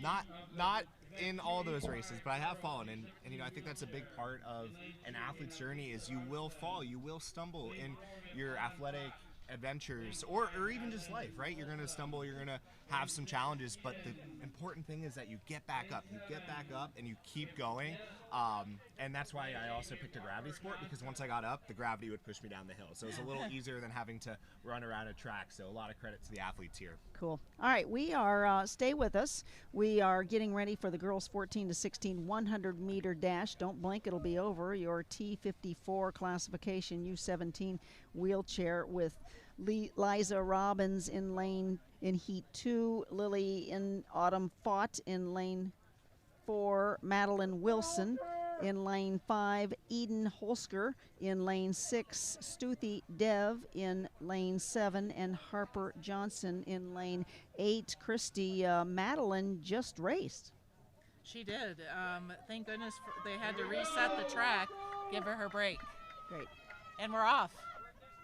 And we're off. Again, all of these prelims are in the T54 classification. We will obviously be seeing those who cross the finish line Looks like lane first. 4, maybe. Well, that's right. This is 100 meters. Boom. Yeah, Lillian Fott looks like unofficial winner, if I saw that correctly. Everybody's finished on that. Let's get there. We are. Oh, it was Liza Robbins. My mistake. Liza Robbins in first place for this heat. Let me get that in my ear for confirmation. Times are not up yet, so we are. This could go down to the photo. Did it often come down to a photo finish? It does sometimes. I mean, that was a tight race. Yeah. Yes, and these are the prelims, so obviously they had a goal to accomplish. Waiting for the second of two in this heat, and also waiting to see again who did cross the line first. I'm not sure how many of the prelims go then into the finals, but we're working on that. Heat 2 is ready and lined up of the prelims. This, again, the girls 14 to 16 100-meter dash. Lane 2, Sabrina Mercurio, Amy Cyber in lane 3. Lane 4 is Isabel Crew. Lane 5 is Brooklyn Gossard. Lane 6 is Alexis Wolf. Lane 7 is Nadia Sweat. Ellie Davenport is lane 8. And we're done. No, that was a replay?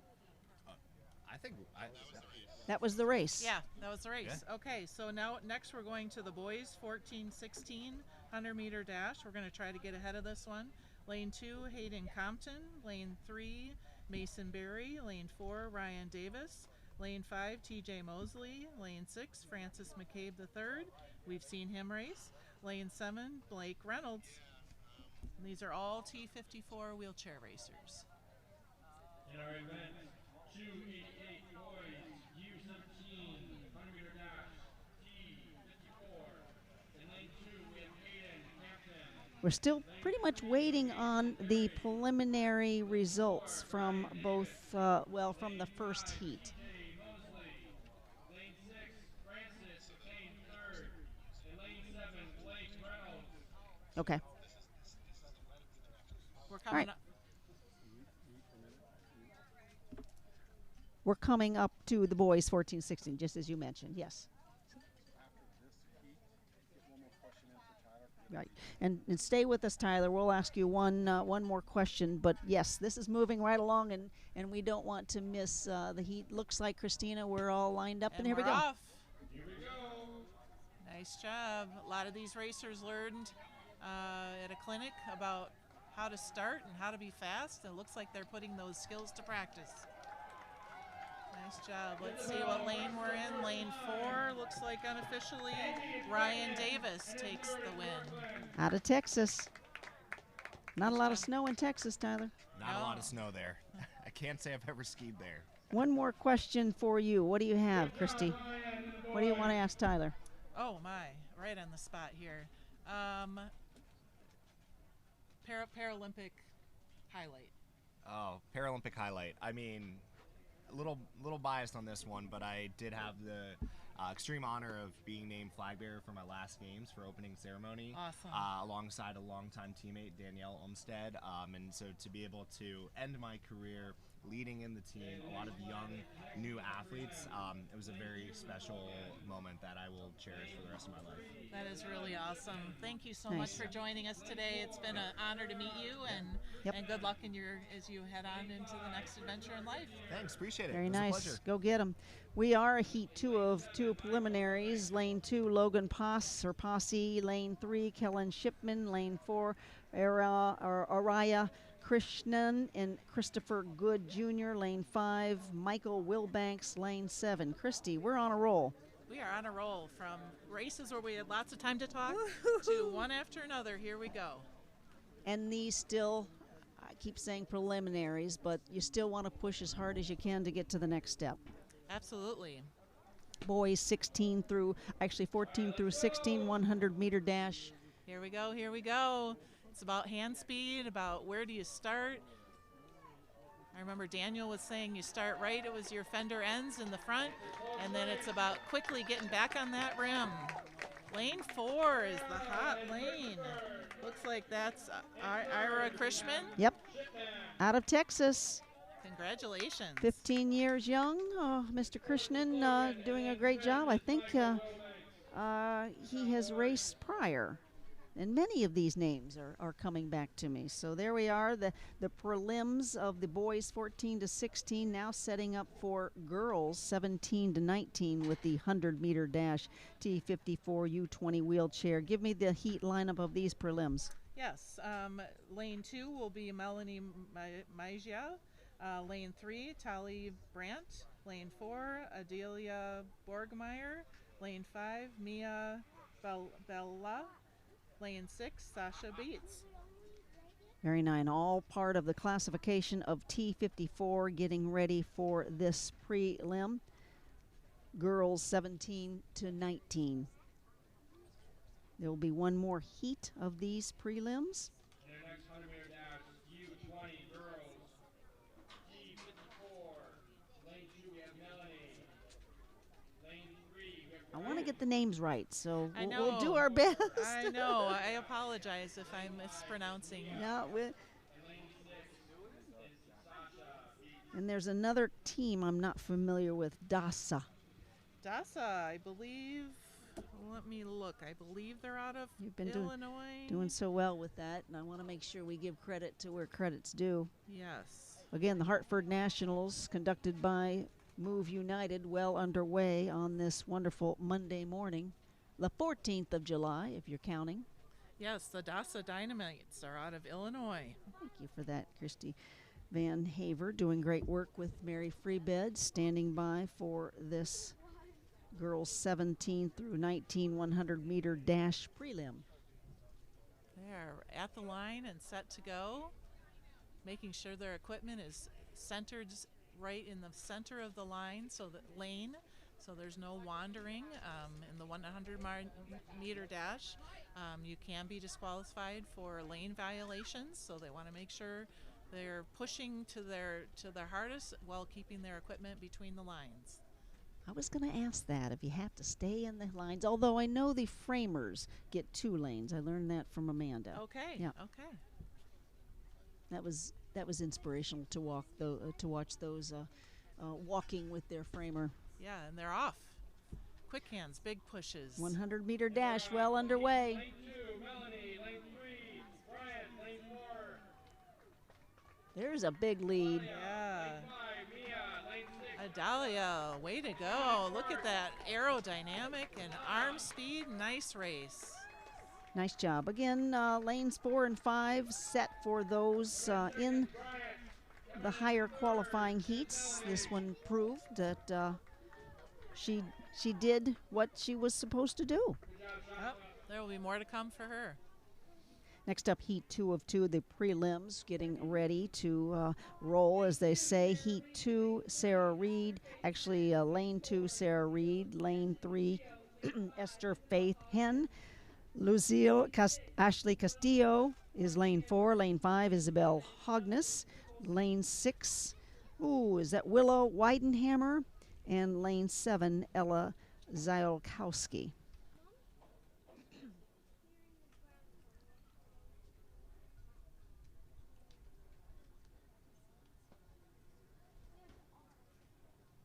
It's the quiet when you can hear your heart It beating. is. I just kind of want to be there with them. Uh-huh. They're ready. It's what they've been training for. Go, go, go, go, go. And this is where coaches like Liz probably have the faster heart rates even than the athletes. She wants them to do well. All right, we've got a big leader. It is true. Which is harder, being the athlete or the coach? Ooh, nice race. Yeah, looks like Castillo, Lucille, Ashley. Lucille, I think first name, Ashley Castillo, Correct. age 18, again, independent. Okay, good for her. Up and coming. That would be heat 2 of your second heat of prelims, girls 17 to 19 100-meter dash. We are now on to boys 17 to 19 100-meter dash, T54 classifications. Take it away with the heats. We have in lane 1, Cademan Breener. Lane 2, Joel Tapia. Lane 3, Del Mace Mayo. Lane 4, Jeffrey Files. Lane 5, Cohen Grantum. Lane 6, David Ramos. Lane 7, Lake Bauman. Luke Bowman. Luke. That's okay, yes. The easiest name, and I got it wrong. What? Well, and some of these names are coming back. We watched Cohen do a great race. I think Del Mace Mayo has performed prior. So here we go, waiting for this, which is another prelim, Christy. Yes, another qualifier for the finals. And I love seeing these athletes do multiple distances. A lot of times they'll do sprints to make their speed faster for a distance race. So they're ready. You see the elbows out, up, and on. This Good again, job. the T54 classification. So elbows out is what you instruct. It's not out, it's tucked, but you'll see them because they're in that power position, ready for that initial push off the line. Ooh, it's a close one between lanes 4 and 5. And it looks like perhaps lane 4 is your Jeffrey winner. Files, followed closely by Cohen Grantum. And I don't have the, I want to say University. I don't think that's University of Michigan. Perhaps we can check on where Jeffrey Files is from. I just have university written by his good name. Yes. Age 19, just starting out life and doing it successfully. Next up, prelims, the second heat. Lane 1, Braden Tiernan. Lane 2, Ben Vondrak. Lane 3, Gianna Quintero. Lane 4, Tyler Gunnarsson. Lane 5, Connor Hunt. Lane 6, Jeremiah Mangles. Lane 7, Andrew Peffley. And Lane 8, Hiram Neild. All set to go, these boys, 17 to 19, 100 meters.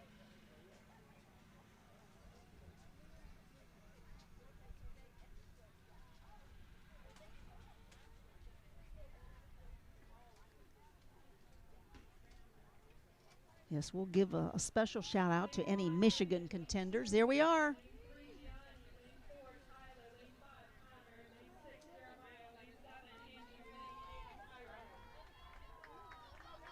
Oh, that's close, my friend. Nice and close. 4 and 5. All right. So Tyler Gunnarsson and Connor Hunt. Yep. Again, Awesome. right down the middle they go. No need to worry about lane changes. You're straight on. Again, in this T54 classification.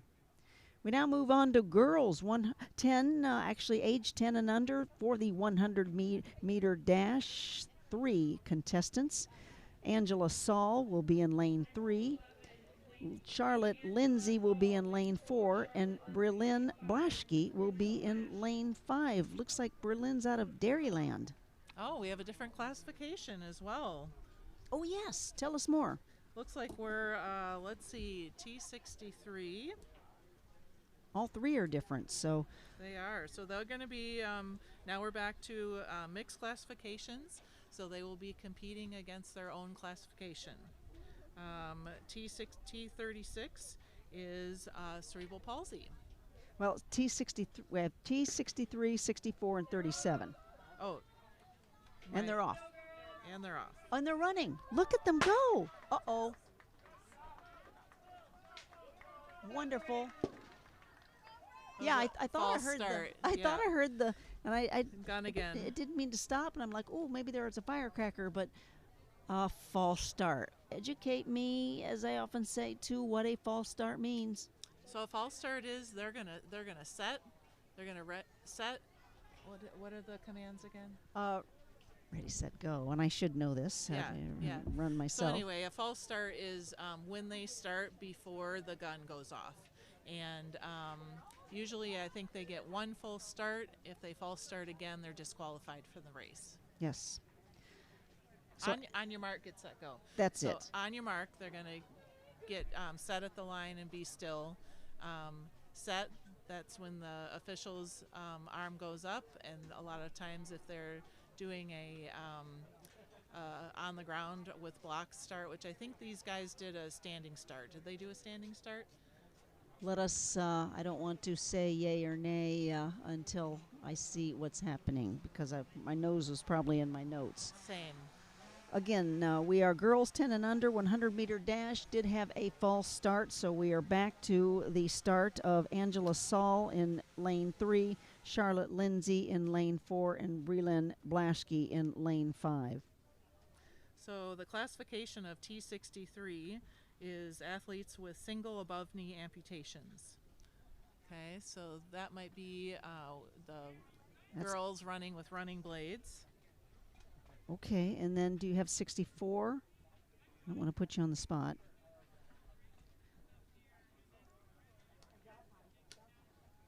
And then 64 is movement moderately affected in one lower leg or absence of one or both below the knee. And here they're we off. go. So they did do a standing start.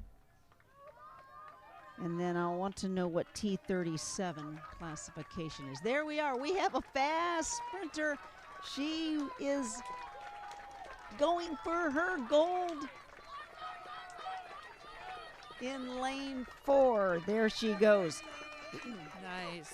She's in the classification of T37, or someone with the diagnosis Brilliant. of cerebral palsy. Charlotte Lindsay, again, first over, but all granted gold in their class, as these are Finals, correct. Okay, we're now ready for back to the boys. Boys 10 and under, 100 meter dash U11. There are wonderful gentlemen ready to line up in lane 3. Ward Goldsmith, lane 4. Harris Krug, lane 5. Creed Evans.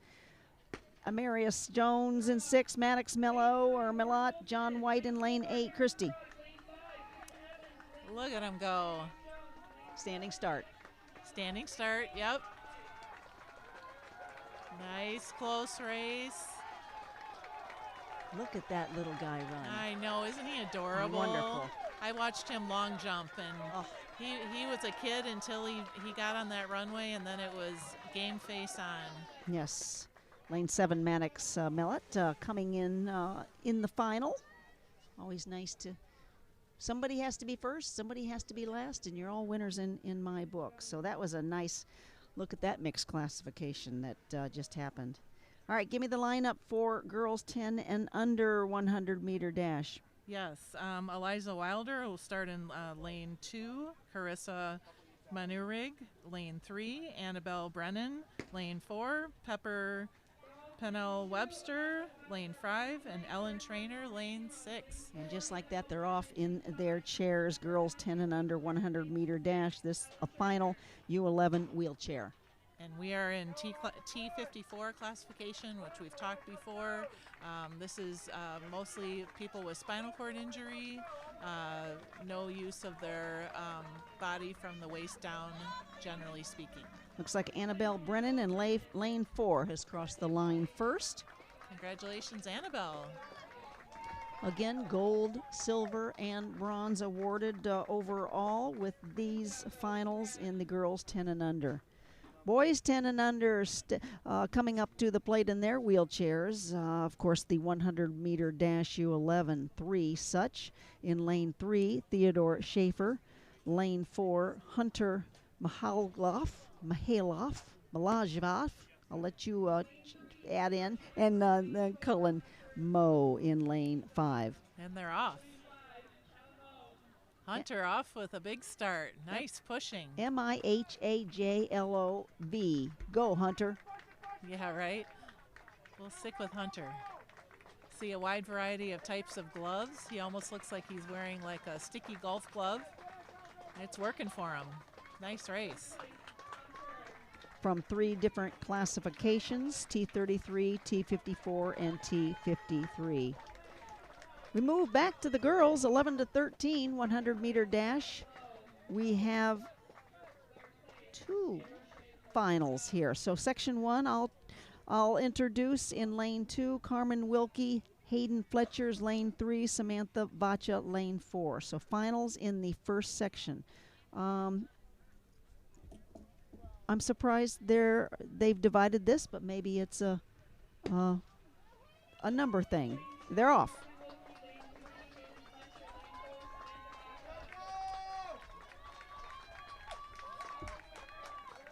Ooh, this is looking a little close. Oh! And this is T64, so these are all amputees.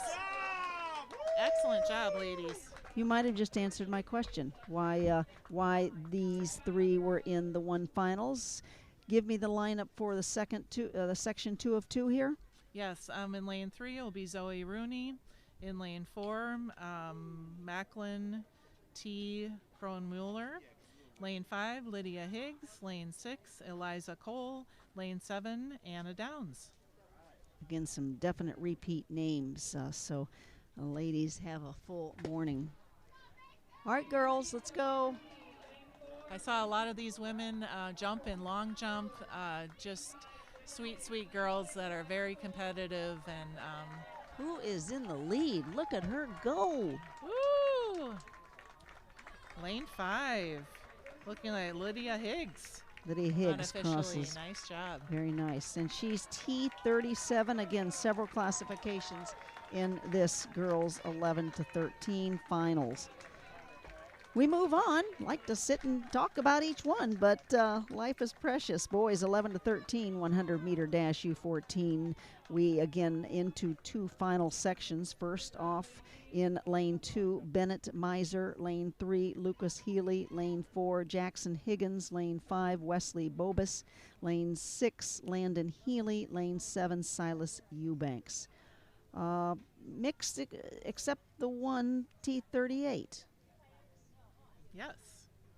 I guess all T36, with the exception of Jackson, is T38 classification out of Oklahoma, I think that is. Again, I think it's important to say the name of the racer once or twice, because there's nothing like hearing your name being spoken. I think Dale Carnegie. That's a Dale Carnegie thing. Absolutely. Everyone loves it.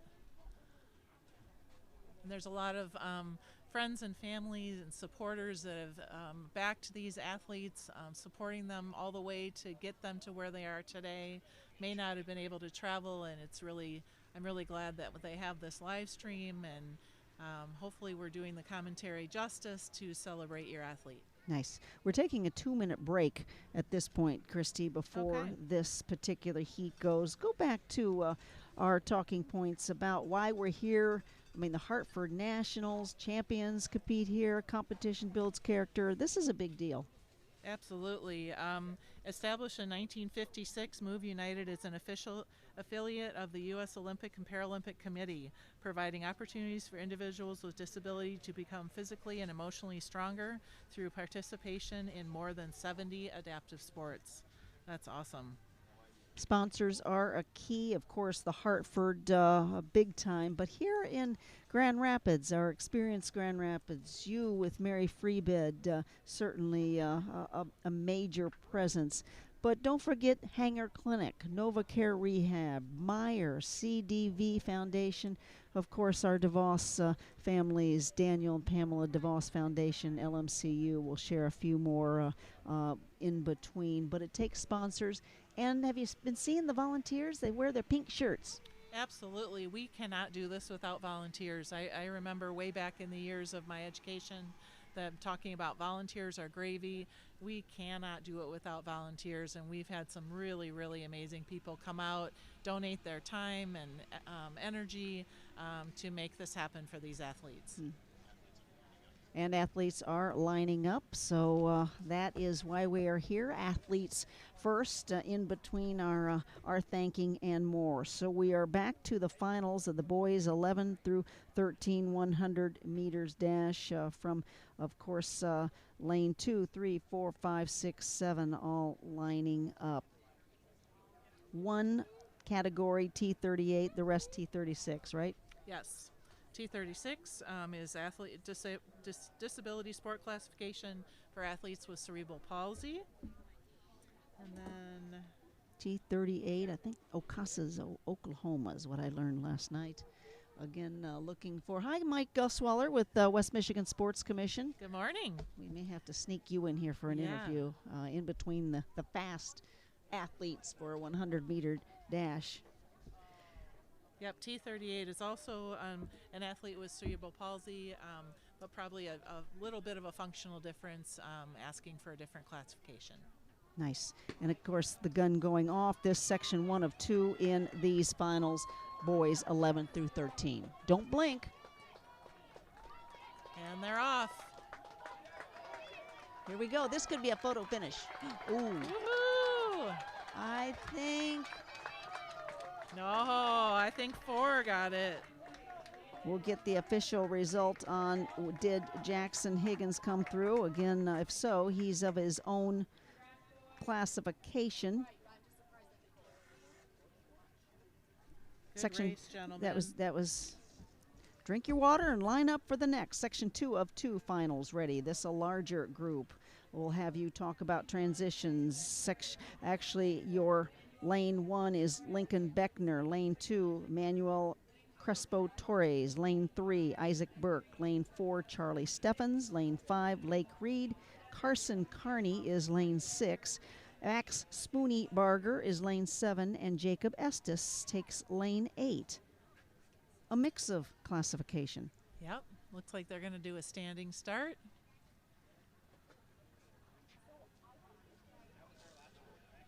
I think it's getting a little warmer at 9:37 this morning.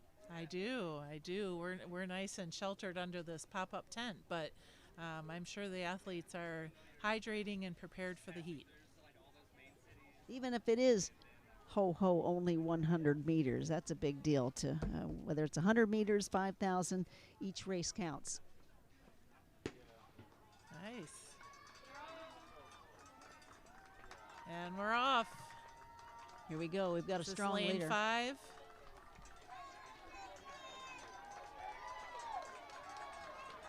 Oh, that is so wonderful. Yes, lane 5. Lake Reed with the strong lead and wind. Excellent job. Participating in T37. I'd like to know where he's from. Lakeshore. Lakeshore from Birmingham, Alabama. They hosted last year. They did. Yes. Yes. Girls 11 to 13 100 meter dash U14 wheelchair event. The finals with 4 competitors in lane 2. Divya Harkema, lane 3. Nolani Spicer, lane 4. Rebecca DiGiorgio, lane 5. McKenna Barnes. Section 1 of 2 for your finals in this girls 11 to 13 100. Yeah, T33. Athletes have a high degree in their legs and moderate degree in their trunk, arms, and hands.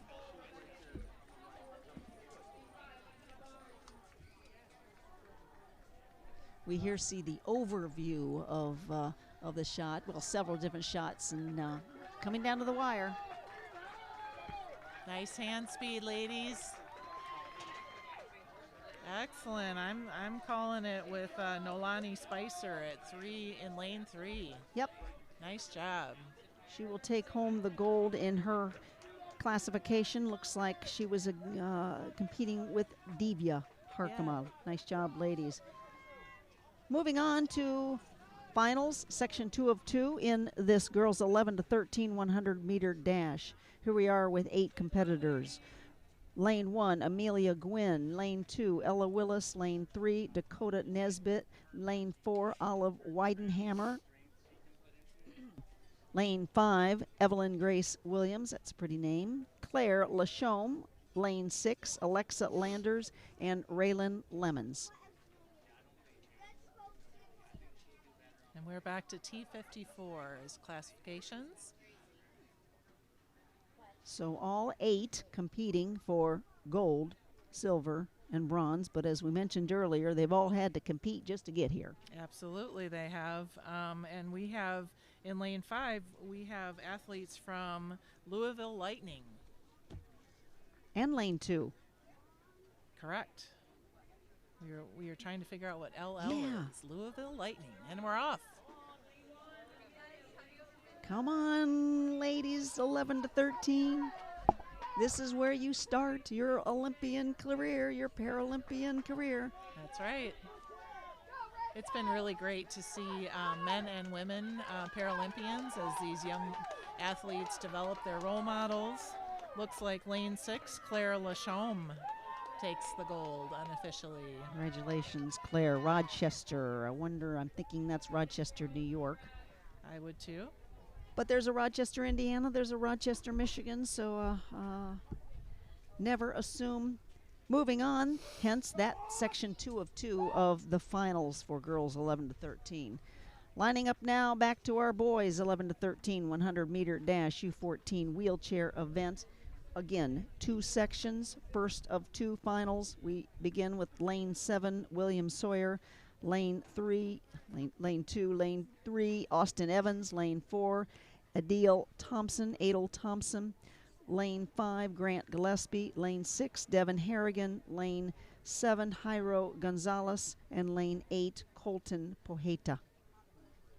At the start, you'll see them now in the ready position with their elbows back up in that position. I'm thinking Colton is Team Michigan. Okay. Go Team Michigan. I'm wearing my Team Michigan t-shirt today. I mean, everybody's a Alright. winner, but we've got to be a little as the host. All right, there we are. Push, push, push. Nice hand speed. Looking like lane 5. Lane 5 Grant takes it. Gillespie. Congratulations, Grant. That's out of Texas. That is a strong program for sure. Nice job. Way to go, 7. Give me the lineup for section 2 of 2, Christy. Sure. Lane 3 is going to be Harry Hong Lee. Lane 4 is going to be Malcolm McIntyre. Lane 5, Rishi Uphayai. Lane 6, Rowan Blackwelder. I remember Harry and Rishi from last night. Yes, you nailed the names of Hot High Yay. I'm not quite sure. Rishi. You go, Rishi. How's that? Absolutely. Go Rishi. And mixed classification for this final section, yes? Yes. 233s, 134, and 153. Again, Malcolm out of Louisville. It's like I was starting to say, on your mark, you'll see the arms up in the top push position. Set, you'll see them bring their chest slightly up so they're in a full power position, and then go. It's hand speed, hand speed, hand speed in the sprints. Is this what's being taught by coaches and by what you do at Mary Free Bed? When someone says, I want to be a Paralympian, where do I start? You get them in the chair and you go. Yep, it's about, we have wonderful sponsors that help us give out loaner equipment to get athletes started. That's not a barrier to their participation. They're learning from our coaches, and learning from other athletes. And then they get into their own equipment as they continue on in the sport. And that's, our program is considered a grassroots program. And then they compete at competitions like this, and that's where they truly excel, get noticed, get those scores and times recorded and move on up. Yes. Okay, here we are. Another lane 3 for the win. Winner. Yes, that was Harry Hung Lee. Yes. Out of New York City. Second looks like 4th, Malcolm McIntyre. I just know Harry's name was frequent yesterday. Okay, all right. Lane 5, Rishi for 3rd, looks like. Yay. We're ready now for girls 14 to 16 100-meter dash. Moving right along, yet another section 1 of 2 finals, beginning with lane 3, Katie Eddington, lane 4, Alexis Warren, lane 5, Ayla Duncan, lane 6, Kirsten Brunson, lane 7, Ellie Todd.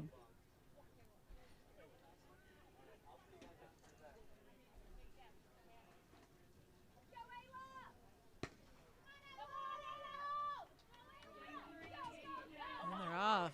Nice start out of the blocks for row 5.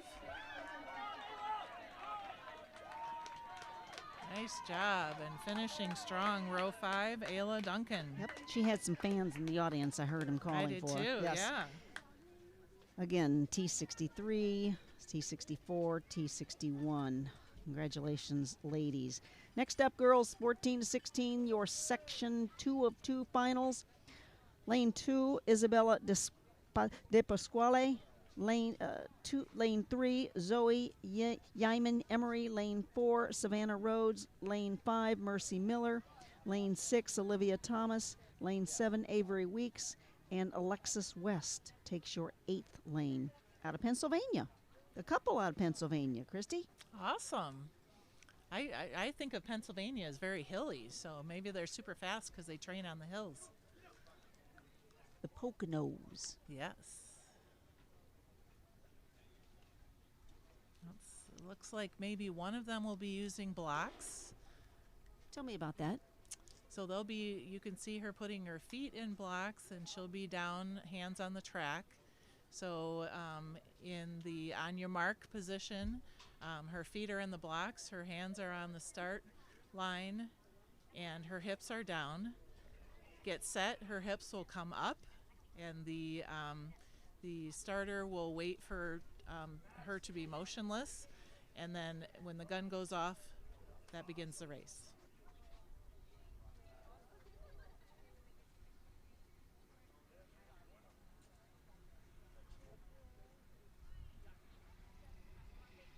actually a couple of teammates from Pennsylvania.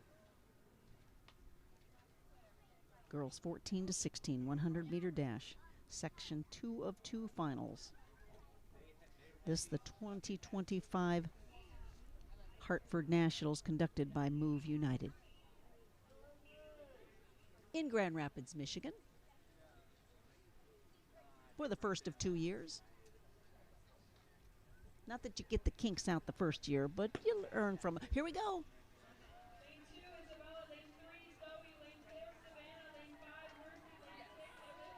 Here we go. Ooh, a fast one on the outside lane. Look at her go. Excellent. Oh my goodness. Lane 7. Nice run, Avery Weeks. Avery took home the gold in the T47. She had one other competitor, again, mixed classification. So again, everyone gathers, and gold, silver, and bronze accordingly. Boys 14 to 16, 100-meter dash. We go from girls to boys to boys to girls. The finals. There are 3 sections in this. Let me take the first. Lane 2, Cole Morlock. Lane 3, Joshua Staus. Lane 4, Declan Barbazat. Lane 5, Jake Furlow. Lane 6, Ander Karam. Lane 7, Landon Brown. James Dolenti takes lane 8. And we're starting upright. Yeah, it looks like 2 of them will be using blocks. The rest will be starting upright. It's really athlete's choice. Did you start with blocks in your racing career? I did, and spent a lot of time in practice with blocks. There's a lot of technique to it in staying low and powering out of those blocks so that they're used for their purpose and really launching you into the race. So there is maybe an advantage? There is If an used right? advantage if you can coordinate it well. Yep, absolutely. Boys 14 to 16, the first of 3 sections in their finals. Again, mixed classification, T35, T37. Looks like we have 3 athletes from Pennsylvania, 3 from the Bennett Blazers, or 2 from Bennett, 1 from Texas, and 1 from the Navigators. Navigators coming out of Massachusetts. I think we had the number of 34-ish states, 36 states represented, including Grenada. And let's get that up to 50 states in the future. They're off. Absolutely, because we know there are kids and adults with disabilities that need to know this is a possibility for them. Wow, we have speed in lane 5. Lane 5, Jake Furlow. Congratulations on your fast race. Texas has done him well with training. Christy, run down the lane for the number 2 of the finals, please. Yes, in lane 3, Lake Wynn. Lane 4, Michael Verley. Lane 5, Mikhail Katunken. Lane 6, Chase Miller. Represented T38s and T40s. Not sure who Michael Verley is with this. Looking forward to this second 2 of 3 finals. Boys 14 to 16, 100-meter dash. Luke, Michael, Mikhail, and Chase. I like how the dogs are walking around, obviously on leashes and well behaved, but this is a nice family atmosphere.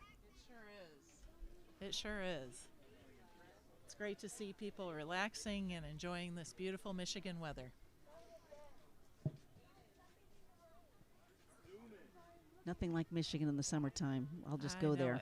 I know it. I mean, Tyler might have wanted snow, but I know winter is so long sometimes. We just relish these days in the summer.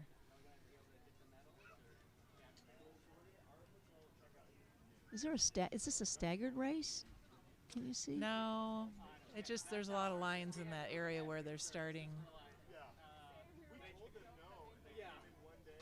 Especially this overhead view, you can see that. That's what we were talking about earlier. It's good coaching to make sure that your athletes understand the lay of the land, what all the lines mean, get their orientation.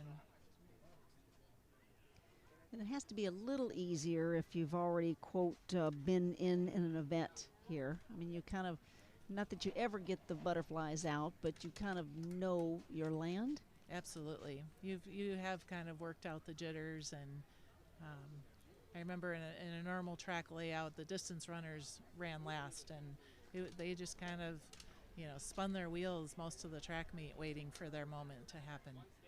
That can be hard. Kind of like golfing. When the tournament formally starts Thursday. By Sunday, you know the hole. Yep. Again, section 2 of 3 finals. We're waiting for the gun. We will then move to section 3 of finals in this boys 14 to 16 100 meter dash U17 here at Calvin University. Looks like they're getting ready here. On your mark. Here we go. Oh, look at this hustle.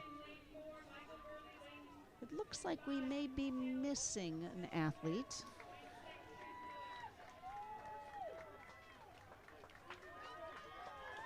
All right, looking like first to finish, lane 6, Chase Miller. And here comes lane 3, Luke Wynn. Congratulations, gentlemen. On to section 3 of 3 in the finals. Trey Sarich in lane 2, Kenby Rogers, lane 3, Chase Merriweather, we've heard that name, lane 4, William Gephardt, lane 5, Matthew Jeffrey, lane 6, Cameron Davis, lane 7, finals, this third of 3. How about the classifications here? Yeah, looks like amputees. I'm seeing some running blades, single and double amputees. You know, our conversation with Liz, she self-disclosed a bit about how her injury came. Life can be changed in a minute. Yep. And you know that from your occupation. Absolutely. In this world we call ourselves tabs. We're temporarily able-bodied, and at any moment life can change. And to know that life isn't over after disability, there are awesome sport opportunities and all of that out there to fuel your competitive spirit and live a healthy, active, long life is wonderful. That's a double. It is. He's a double amputee, has Amputee double with blades. his blades, right? Yep. And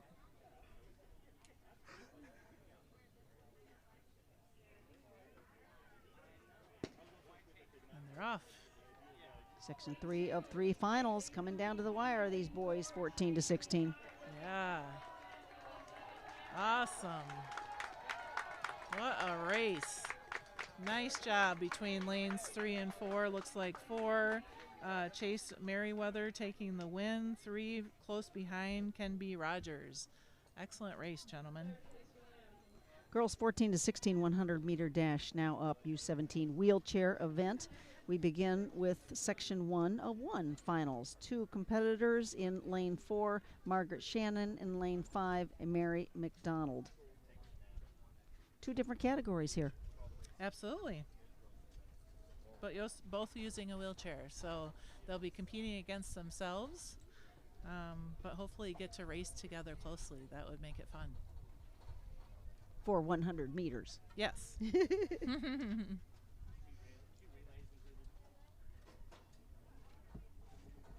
Looks like Margaret's from New York City. And HSC, Mary McDonald. Put that in your list of things. 16-year-old Mary, 15-year-old Margaret. Again, in this girls 14 to 16 event. Dash, 100 meter dash, of course, wheelchair.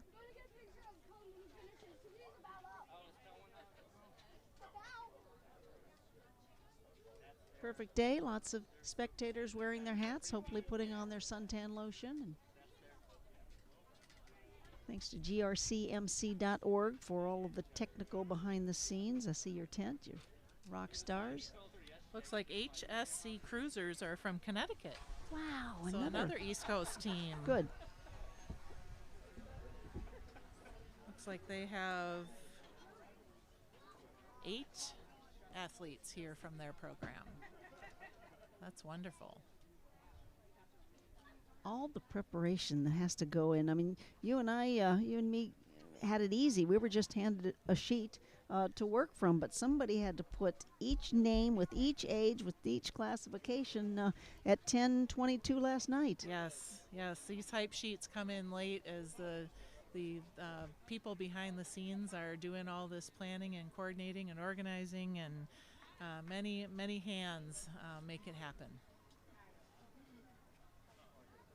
Including the work at Mary Freebed. You probably have to, I mean, knowing this is coming into town, had to begin your trek with and wheelchair. You know, obviously West Michigan Sports Commission begins working on these years before they come. Yep, and bidding the host and host city and all of that.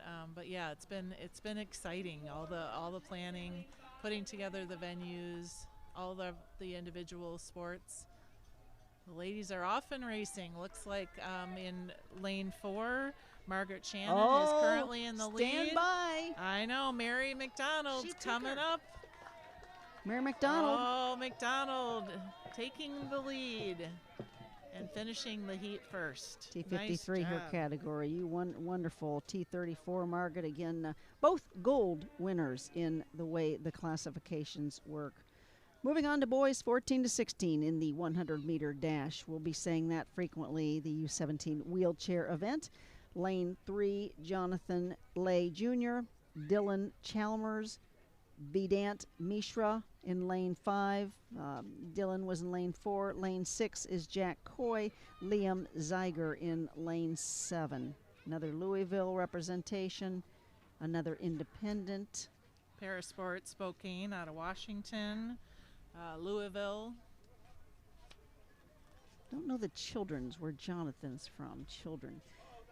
T33, T53, and T34 represented for this boys 14 to 16 100-meter dash.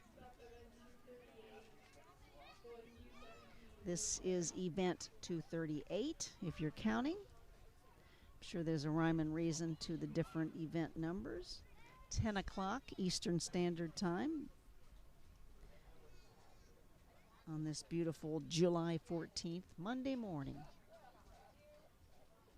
Kicked off on the 11th, runs until the 17th. This is our last day of track and field, though. That makes me sad. I know. But it's been going on for the last couple, pretty intensely. So Right, third day and last day, and they're off. All right, taking the lead in lane 6. big time. Jack Coy. Jack Coy, look at him take the lead.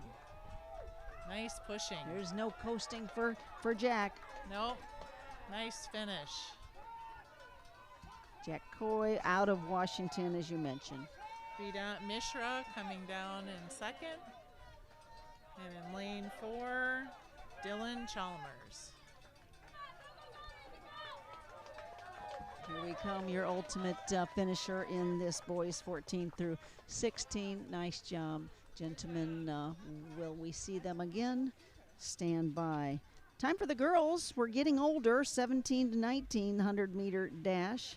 This section 1 of 1 finals. We begin with lane 2, Indigo Breweiler, Violet Kelly, lane 3, Elena Gott, lane 4, Violet Hall, lane 5, Madison Haas, lane 6, and Livia Evans, lane 7.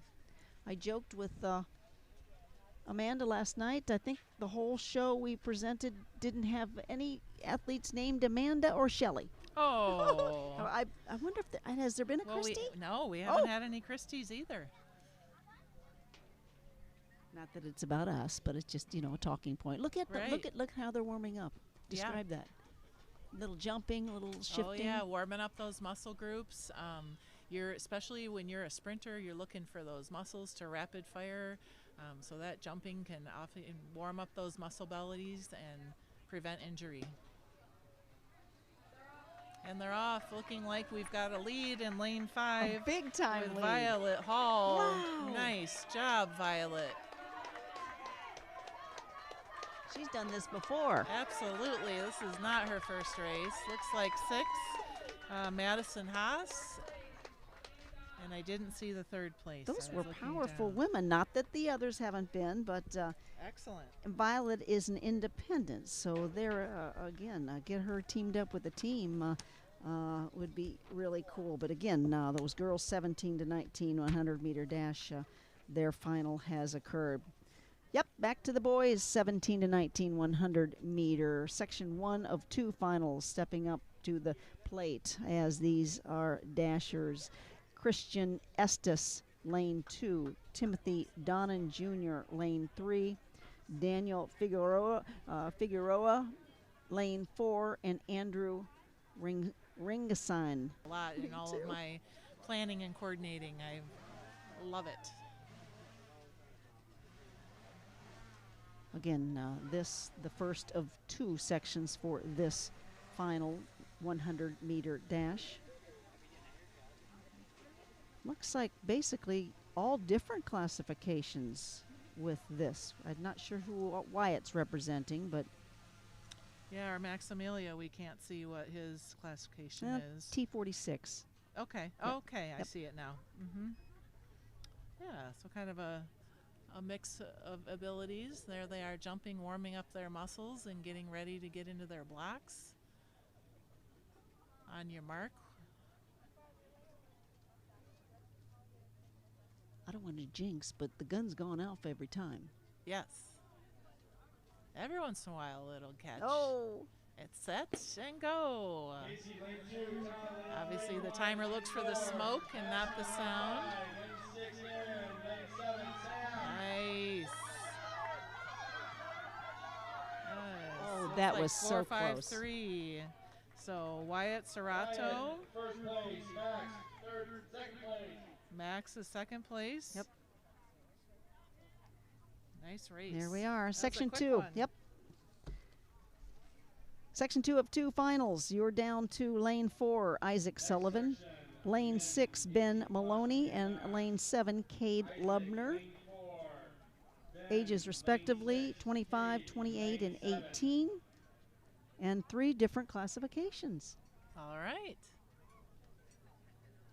Not that all will receive gold, but if in a perfect world, that would be the goal. Yeah.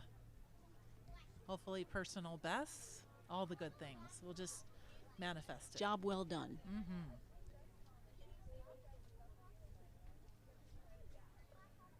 After this come the women 20-plus 100-meter dash wheelchair event.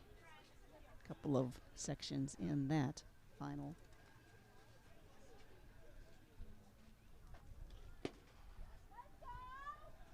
And we're off.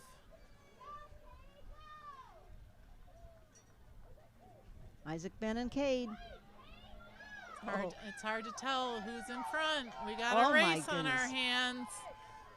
Ooh, lane 7. Cade Lubner for the win. Cade, Nice Isaac, job. Ben, you bet. Doing their best. And again, blink of an eye with these 100-meter dashers. It's over, but yet it's just as important. Women 20-plus 100-meter dash wheelchair event.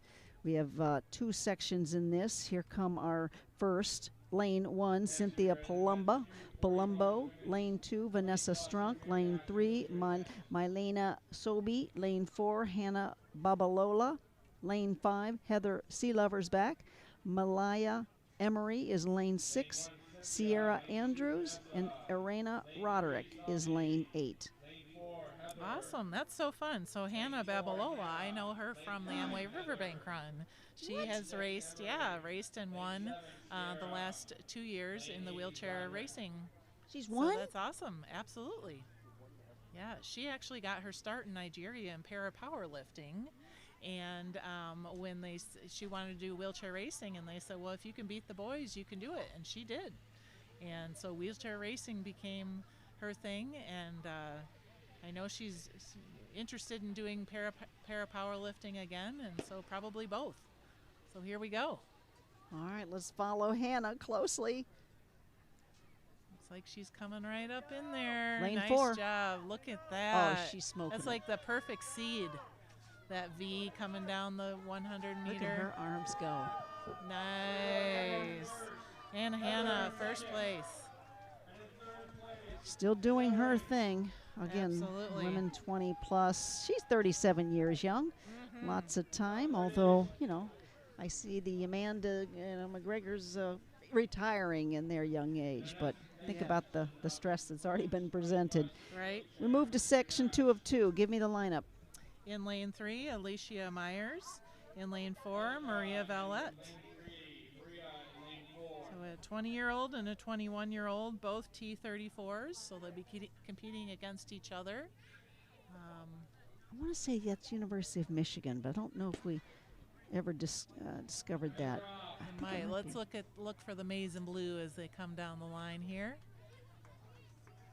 It is University of Michigan in lane 4. Oh, it's right in front of us. Yay. They have a- Alicia with a big lead in lane 3 from Texas Regional Parasport. Nice quick hands around the rim. And finishing second, our cross-state Wolverine, Maria Valette. Nice race. Wonderful. We are still in the thick of this 100-meter dash. Men 20 and over, wheelchair. You are up 3 sections, so lots of competition. We begin with lane 2, Juan Rodarte. Lane 3, Zachary Carter. Lane 4, Peyton Gunnarsson. Lane 6, Micah Campbell. And lane 7, Zachary Holman. And there's another new location. Looks like Dream Place, Dream. Am I going to have time to find it? Let's Probably. see. We'll find it before 11:30. How's that? Yes. You're doing so well.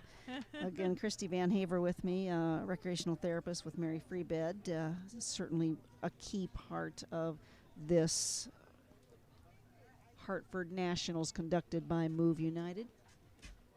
I'm Shelley Irwin with WGVU Public Media. I like to think I'm an athlete as well. Been to Worlds 3 times myself with duathlons and triathlons. Here we go.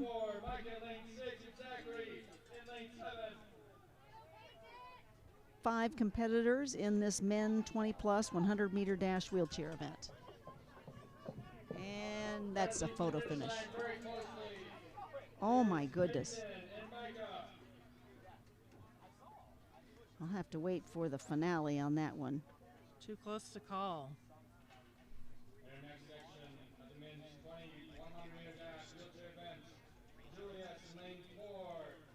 Micah comes in first, 300ths of a second before your second. So this is how this sport and many sports work. Every second, half a second, less than that counts. And we're off for the second. Julius McManus, Jeff Dixon, and Reed Borowski doing their thing with section 2 of 3. I did find it. It's Dreamplex Parasport out of Florida. Thank you. You're welcome.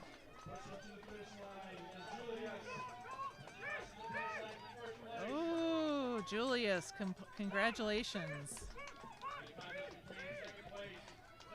Nice job. We know the third section has been lined up. McKinley Laguerre with lane 3, Robert Hunt lane 4, Spencer Kimbrough lane 5, Alex Brown lane 6, Will Hamilton lane 7. Looks like we're all T53s, Christy, except Will comes in at a T52. Okay.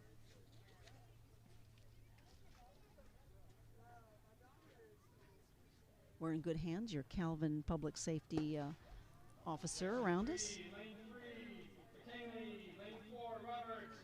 Lane 5, Spencer. Lane 6, Alex. Lane 7, Will Hampton. Lane 3 in the lead, McKinley Laguerre. I'm sorry, lane 4 takes first, Robert Hunt. In third place is Will Hampton. Robert Hunt with a time of 16:03. Spencer Kimbrough second with a time of 17:38. And Will Hamilton third, 20:52. Excellent race. Man, seconds apart. Yes. I think we are now going back to the finals. And we don't have that paperwork in front of us, Christy, so This page. I think we're down. We were going to do the finals. He just said that I'm listening to the announcer, Okay. and I'm going to get something in my ear, hopefully, that we are doing the finals instead of the meter relay. Okay. But I may be. See, read that up there. Girls. Oh yeah, girls 14 to 1600 meter T54 U17 wheelchair. We have Lee's. Oh,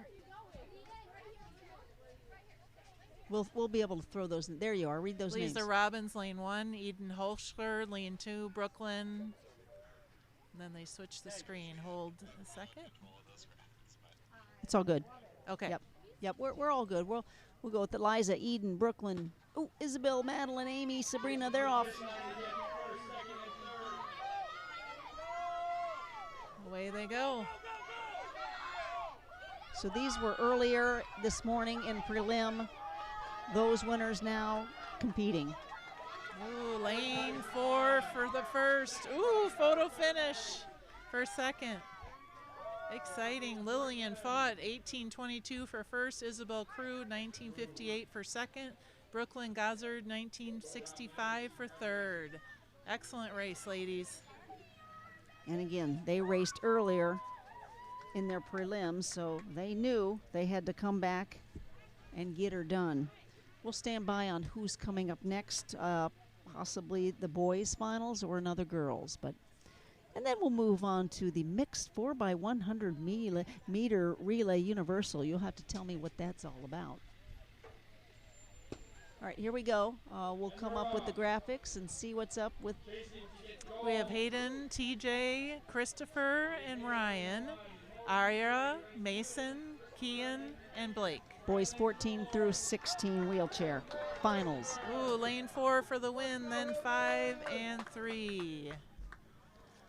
I mean, what a quick turnaround that had to happen. Wow, Ryan Davis takes the win with 16:12. Arya Krishnan with 17:62. And Christopher Good Jr. third with a time of 18:02. Quick.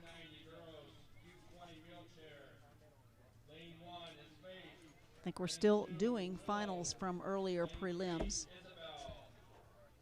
before we go on to our relays, which will take us up to the end of our conversation. Girls 17 to 19, 10 100 meter wheelchair. Take it from here. I saw Louisa. Esther, Willow. Oh. We're reading it off of graphics, so that's why we're back and forth. We'll give you the specifics, but these are girls 17th to the 19th finale.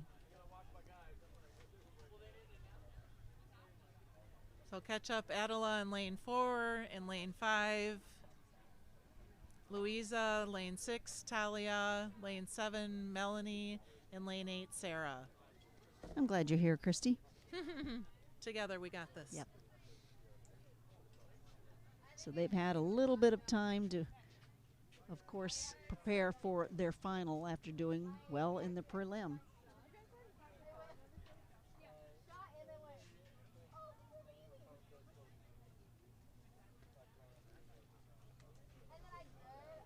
Sometimes they'll give them a little bit of time if they have just raced in their prelim before they race in the final. So I wonder if that's the pause here.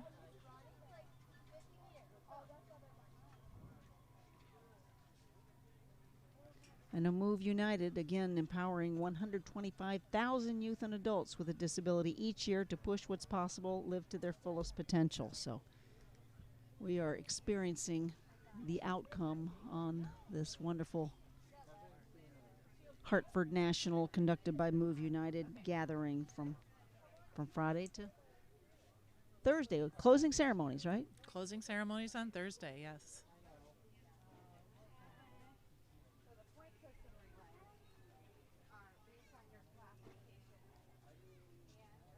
I'm looking forward to the relays. Yeah, Yeah. that'll be really fun to see how that works. Okay, now we're switching over to the event 292. Boys Oh, we are switching over. All right. Okay. So boys, 17 to 19, 100 meter is what we are waiting for. Wheelchair division. Mayo is in lane 2. Colin is in lane 3. Jeffrey is So we lane have 4. Gianni in lane 1, Riley Dalmace Mayo in 2, Cohan in lane 3. 7 is Jeremiah. Lane 8 is Hold David. 1 second for the graphic to come back. Jeffrey Files in lane 4.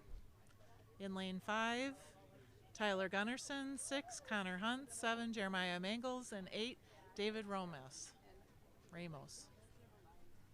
All right, boys, 7 to 19, 100 meter.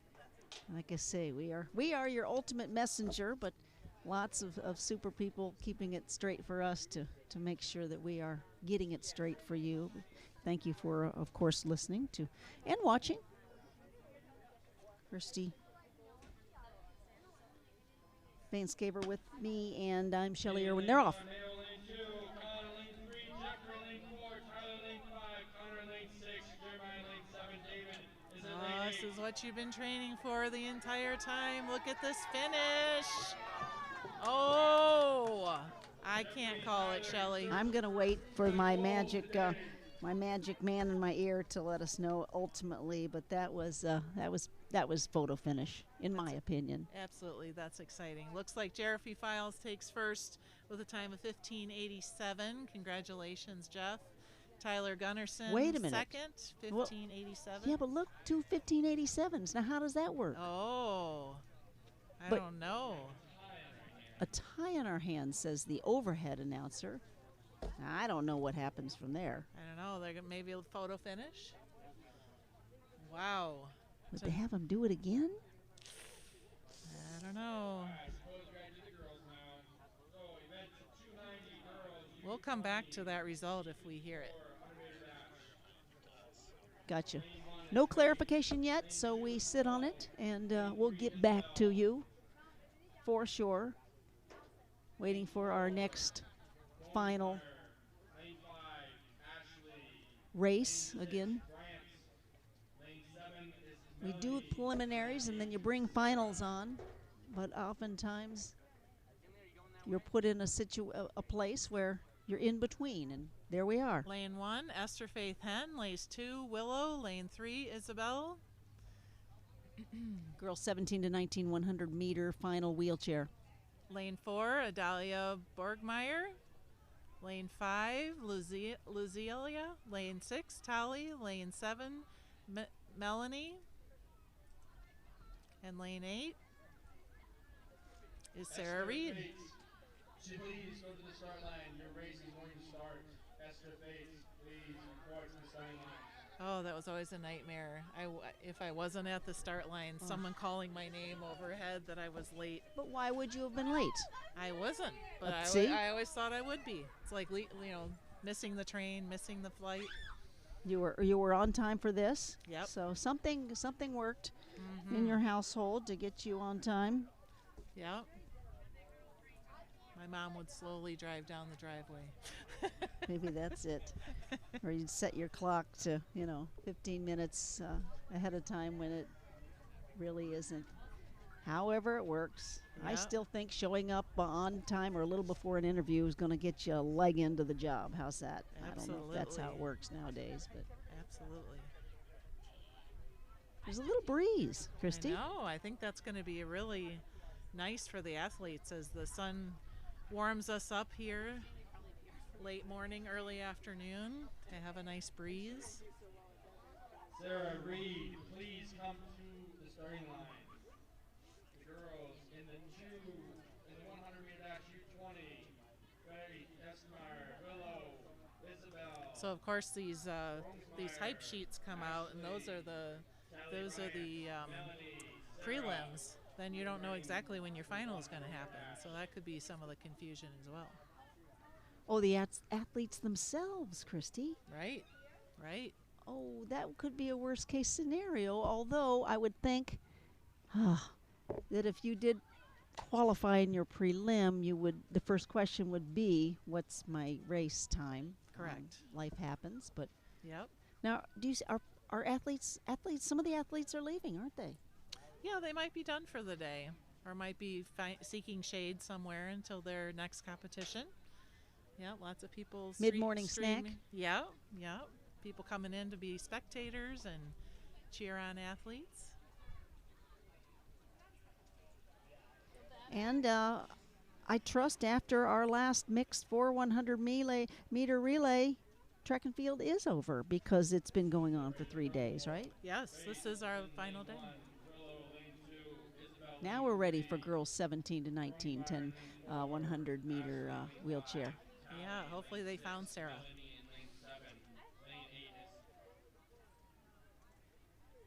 Sarah got a little extra attention. Yeah, little adrenaline rush. Yeah, you're right. That could work either way, couldn't it?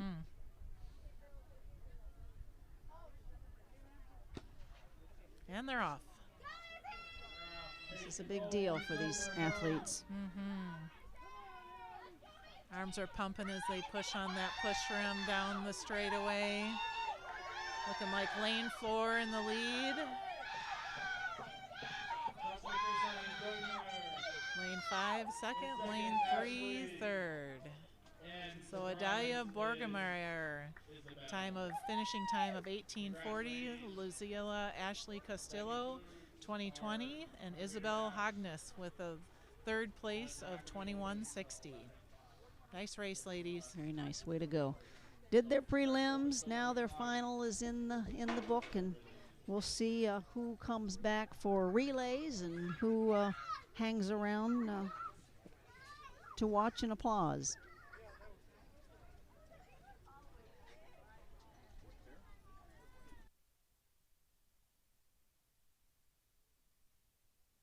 We're going to take a little bit of a break. Is that good, gentlemen? All right, and we will be back because we're headed to your mixed relays. That will be exciting as we continue broadcasting 2025, the Hartford Nationals, conducted by Move United, myself, Shelley, along with Christy. We'll be right back.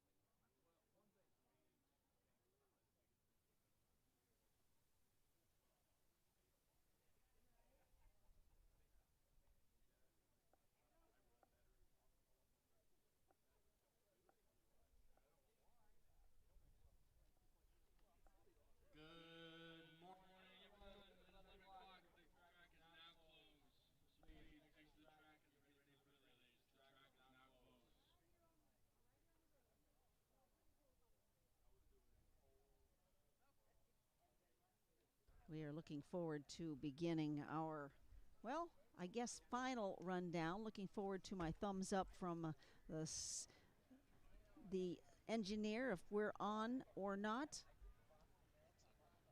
Okay. I will let you signal me when you're ready for us then.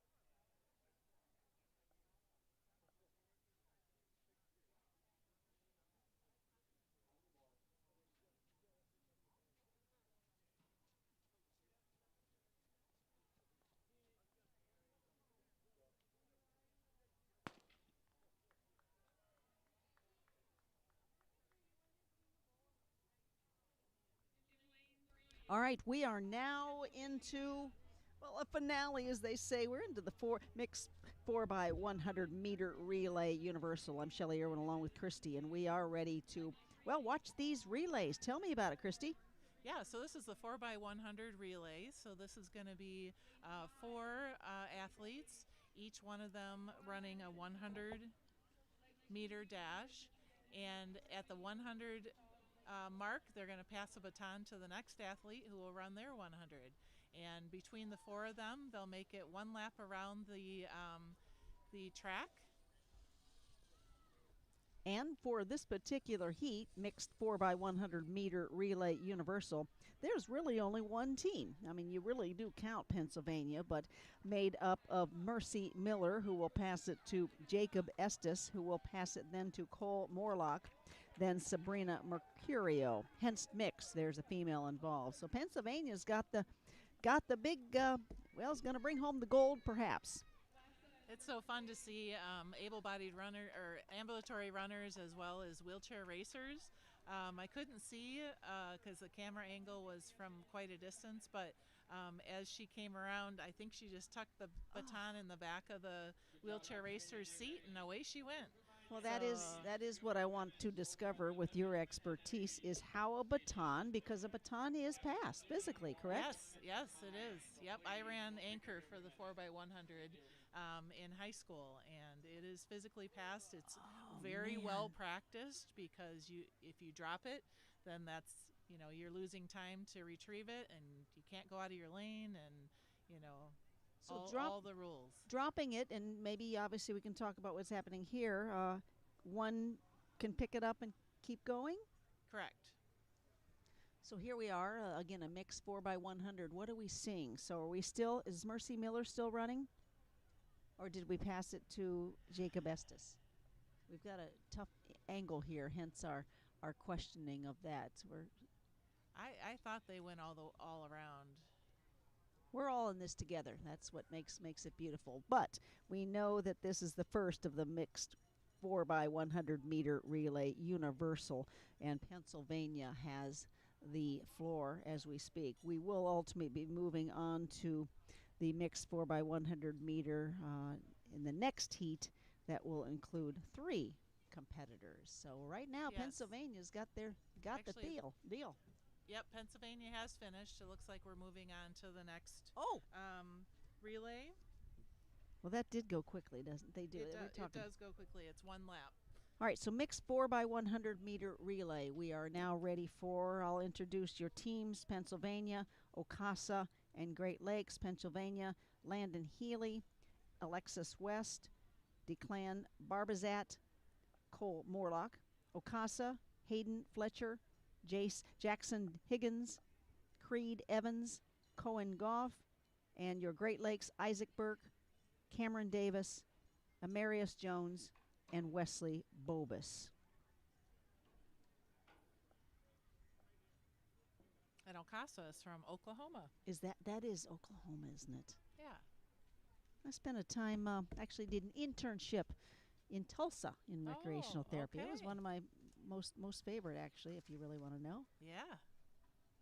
Got to know how the Tulsans back then. It was funny because most of the music was country, but then we'd go out, and when you were ready to dance, they'd play the Michael Jackson songs and stuff. Fun. So it was fun. unique. It's back in those days. Oh yeah. So with the relays, they're meeting at the tent, the holding tent, and then they go off to their relay points. So that's what you're seeing on the screen now. You're seeing them move to where they will receive the baton and proceed to the next relay point, and their teammate anxiously awaiting for their leg. There is that extra setup that's certainly needed. So you were the anchor, in addition to, it looks like Cole is for Pennsylvania, Cohen is for Okasa, and Wesley is for Great Lakes. What makes a choice of an anchor? Is that a strong leg? I think I can't believe I was the strong leg, but they do say that that's a strong leg, because if the first 3 have fallen behind, you're asked to make up that time, or hold the lead, or any of those things. You're the person that finishes at the finish line for the entire team. So a lot of times it was adrenaline. You're getting hype as you're watching your teammates come around the track to your point of transfer. And I probably ran my best leg when we had a team run that were a bunch of throwers in high school. And they didn't want to run it, but the coach wanted them to run it to work on their fast footwork and get ready for their throwing events. And we were determined to not get beat by the men throwers. And so we did not, and that was a fun race. Correct me if I'm wrong. According to this, these are youngsters, 12, 16, 11, 9-year-olds, 12-year-olds, and more, right? It looks like that, yep. Looks like they're at the start line ready to go. Looks like most of our flags for the zones are ready, according to the officials, and that does mean start of the race. There they go.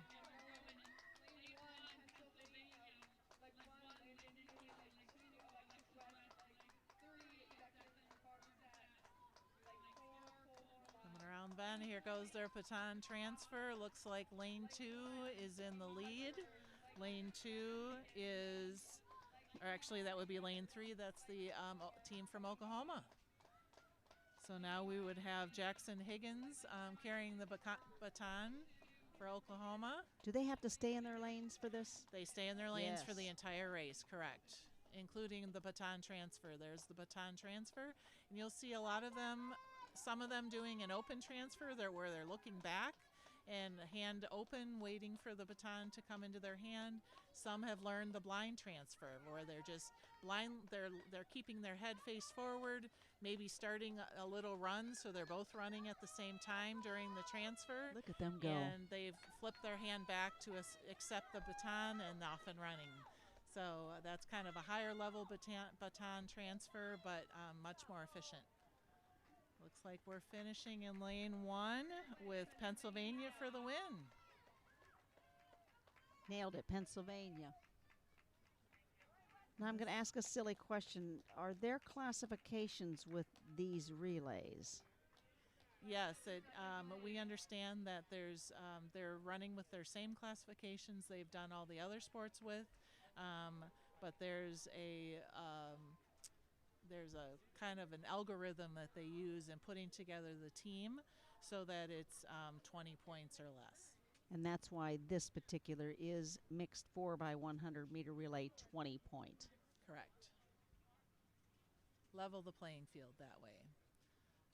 And that's those are your leaders, right? Your winners. Absolutely. So we have Pennsylvania with a time of 1 minute 13 seconds, 13.66.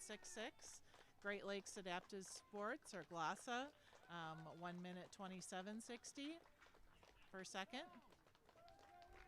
And there's a framer. Yeah. Wonderful. Running with his running frame. Wonder if that's Cohen Goff coming in for the finale on the. Yeah, is this Team AXA? Uh-huh. Oh, yeah, big smile on his Akasa, face. yep. Akasa. The handles for these frames look much like bike handles, complete with brakes. So nice finish. Wonderful. Moving on to the mixed 4x100 meter relay, up to 30 points. And as you mentioned, the algorithm, we're looking at 2 teams, the Navigators out of New Jersey with Mikhail Katakon passing to James Dolenti, then to Lucas Duggan, followed by Chase Merriweather. We've heard that name. Pennsylvania, Mackin Kronmuller will pass to Zoe Rooney, Alexis West, followed by anchor Mercy Miller in the Pennsylvania heat, as they say. Lanes 3 and lanes 5. All teenagers. Yeah, this is cool. Yeah. This is good. Yeah, I'd heard that this event first started out just for kids and has grown into adults. It's still kind of an 80-20, heavy on the kids as they come up through the ranks, but nice to welcome the adults into the competition as well. Certainly, you know that this is all over YouTube, but Move United is also on Facebook, Instagram, TikTok, X, and or LinkedIn. So hashtag the Hartford Nationals, hashtag Adaptive Sports, and more. How do we find out more information about Mary Freebed? You can email us at maryfreebedsports.com. All of us coordinators get those emails, and we'll direct you as we have all of our tests and teams and classes and clinics divvied up among the three of us. But we love to get you connected.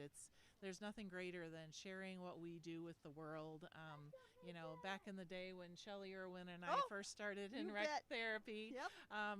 there were just gyms out in the middle of nowhere with a rock in the door, and that's where we were programming. Now we're programming in the middle of community, and so many people are more aware of what we're doing. There's people out there that are being reached by, the powerful nature of our sport and getting involved, and lives are changed. Yes. Yes, very proud of my recreational degree. Went on to physical therapy, practiced for about 15 years, and then said, oops, time to go chase my own dream of broadcasting. So paid my dues, and 23 and a half years later, every day is a gift, and it's like it's day one. So watch out. And what an opportunity we're having here, Christy Van Haver, able to partner with the likes of Move United and Hartford Nationals, and watching. The best thing is just watching these athletes. Absolutely. So we're setting up, yes? Getting ready? We are getting ready for the start. Well, how about this? One flag up with sprinklers that just turned on in the field. I was wondering what people were saying oh no about. That's exciting. Yeah, we need to probably flip that lever the other way, or maybe it'll feel good. I don't know. Maybe we'll do the steeplechase. They have a water feature. Oh, yeah. You go first. Yeah, right. It was funny when we were doing the long jump on Saturday. They were watering down the sand from time to time so it would hold the mark more effectively, and the athletes wanted us to spray them. Well, on long runs, I do ask, spray me. Yep. On those longer summer treks here, racing in Michigan. We can do it every weekend, but this is the week, July 11th through 17th, of course, to witness this Move United and its supporters, the national leader in community adaptive sports. Again, thanks to those on behalf of GRTV and all of the supporters, West Michigan Sports Commission, and you and Mary Freebed. I keep going back to that plug. Here we go. We're ready for a start. We might have figured. Oh, there we go. Like we figured out the waterworks. We're off and running. There's one of my favorite little guys running. I know it. I know it. He's adorable. Again, we're looking at Navigators out of New Jersey against Pennsylvania for this mixed 4x100 meter relay 30-point level. There we go.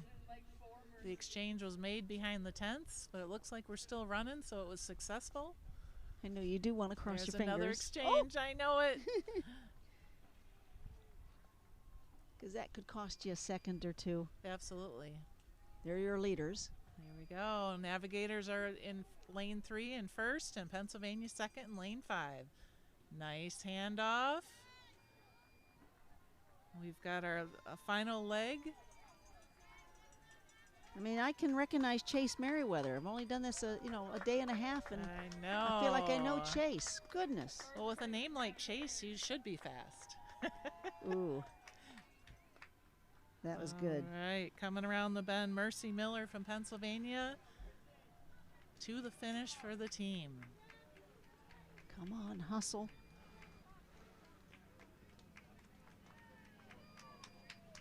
Very nice, Mercy Miller. Age 14, out of Pennsylvania, making the trek to West Michigan. All right, we are now up to your mixed 4x100 meter relay 40-point. We have 3 teams represented. Navigators, Andrew Ringison, Zoe Emery, Isaac Sullivan passes then to anchor Violet Kelly. Your Great Lakes team, Maximilian Alaba, Cade Lubner. Your third Trek, Sam Winter, will anchor it to Timothy Donnan Jr. And then Texas region is Jake Furlow, passing to Landon Noonan. Kirsten Brunson will then hand it off to Matthew Jeffrey. 40-point 4x100 meter relay. I looked up and saw the umbrellas. I thought it was from the sprinklers, but it's for the sun. Good way of mobile shade.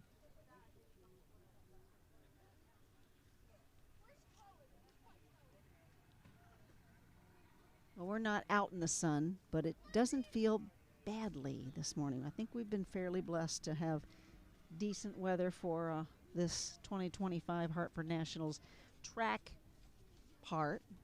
Absolutely. Guess we can call it track and field, but have all the fields been done? That was all done. The Yep. shot puts and the Saturday long, and Sunday, correct. Yep. Yeah, and considering Saturday was supposed to be a soaker and it was a beautiful day, we need the rain, but not during events. Right. Just maybe overnight. I did a gravel bike race on Saturday. Oh, fun. Only 18 miles, but again, let's feel what it's like to compete and then talk about it. Best of both worlds. So we're setting up now for these three, correct? Correct. Looks like we're at our Pick up spots. your implements before 12 o'clock, please. Go over and pick up your implements at the measuring and weighing station. After the next meter relay, we move then to conclude our show with wheelchair relay. So there is a rhyme and reason to all this, Christy. There is. It is so well organized. We were just saying these hype sheets come across at 10:30 at night. Someone is back behind the scenes typing madly, and we just couldn't do it with everybody who's a part of this one.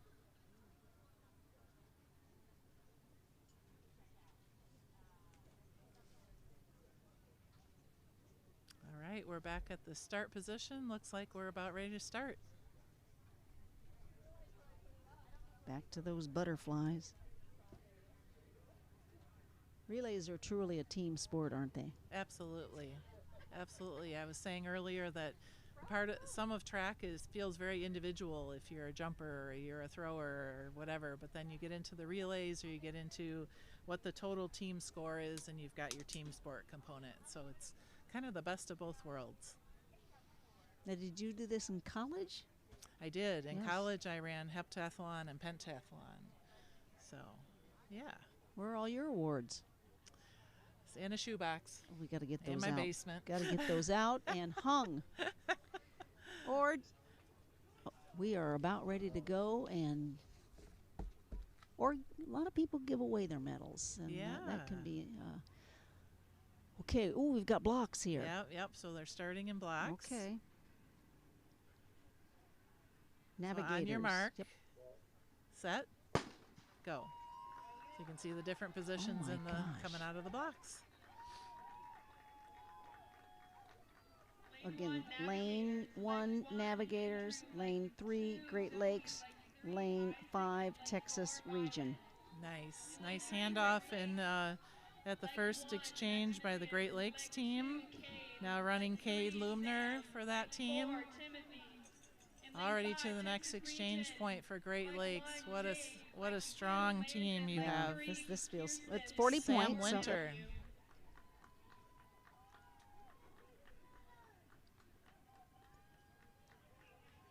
Nice Still- Sam Winter. Nice exchange to Timothy Donnan. Look at him go. Rounding the corner with a lot of speed to the finish line. So- Excellent. So nice to still have a crowd to cheer him on as we're winding down. Nice finish. Yeah, the mile relay is always the last one of the track meet. Here we go. Coming in the outside from the Texas region. So Great Lakes or Glossa, Texas region, and then should we be looking at Navigators coming in? Yep, Navigators finishing third. Excellent job. Very nice. All right, the finale in the mixed 4x100 meter relay 50-point non-wheelchair. Looks like we're just looking at one Great Lakes division, Chris. Yes, yes, and some older individuals, two 18-year-olds, a 20 and a 21-year-old. First off is Madison Haas. Second exchange will be Janie Richardson. Third, Lily Rosenthal. And fourth, Elizabeth Wohler. Female strong. Absolutely. I'm seeing two on our 30 points. 30 points. That. Oh, Oh. they have the next race up on the screen Stand by. as we figure this out. Because we just introduced the 50-point, but I'm seeing a two Texas regional competition, but for 30-point. For wheelchair. So are we going to? Let's just kind of see what happens. This is on the list, but we had. Well, let's see if Great Lakes is going. Oh, I see wheelchairs taking their marks. So Let's put a hold on the 4x100 meter relay 50-point and introduce the wheelchair. all right, both teams from Texas, so they know their competition well. In lane 3 will be TJ Mosley, then Addison Omar, Western Powell, and then Arya Krishnan.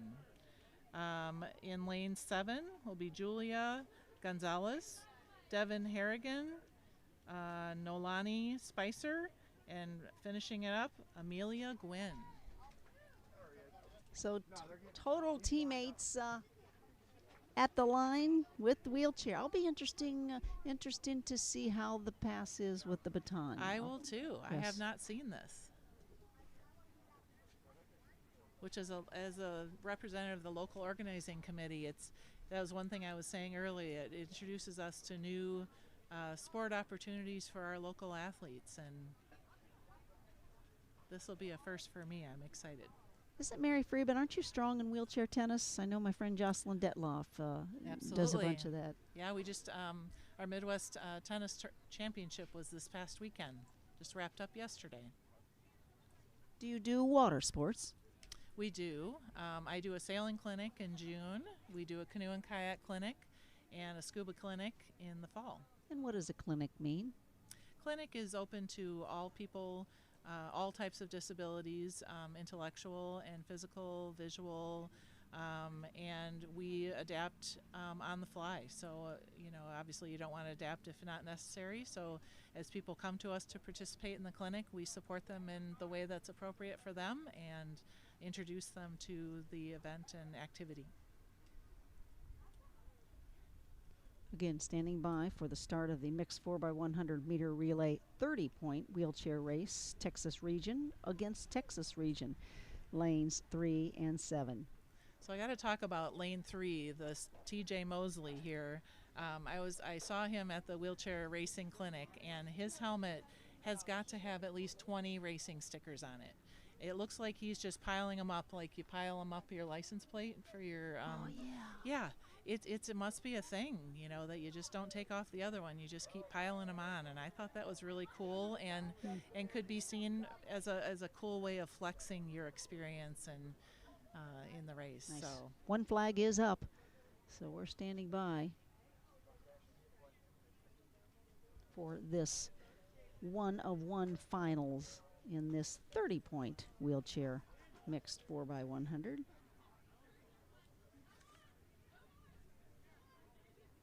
We started at 7:30 in the morning with the mixed 5,000 meter run, and here we are. The pistol is up. Pistol is up.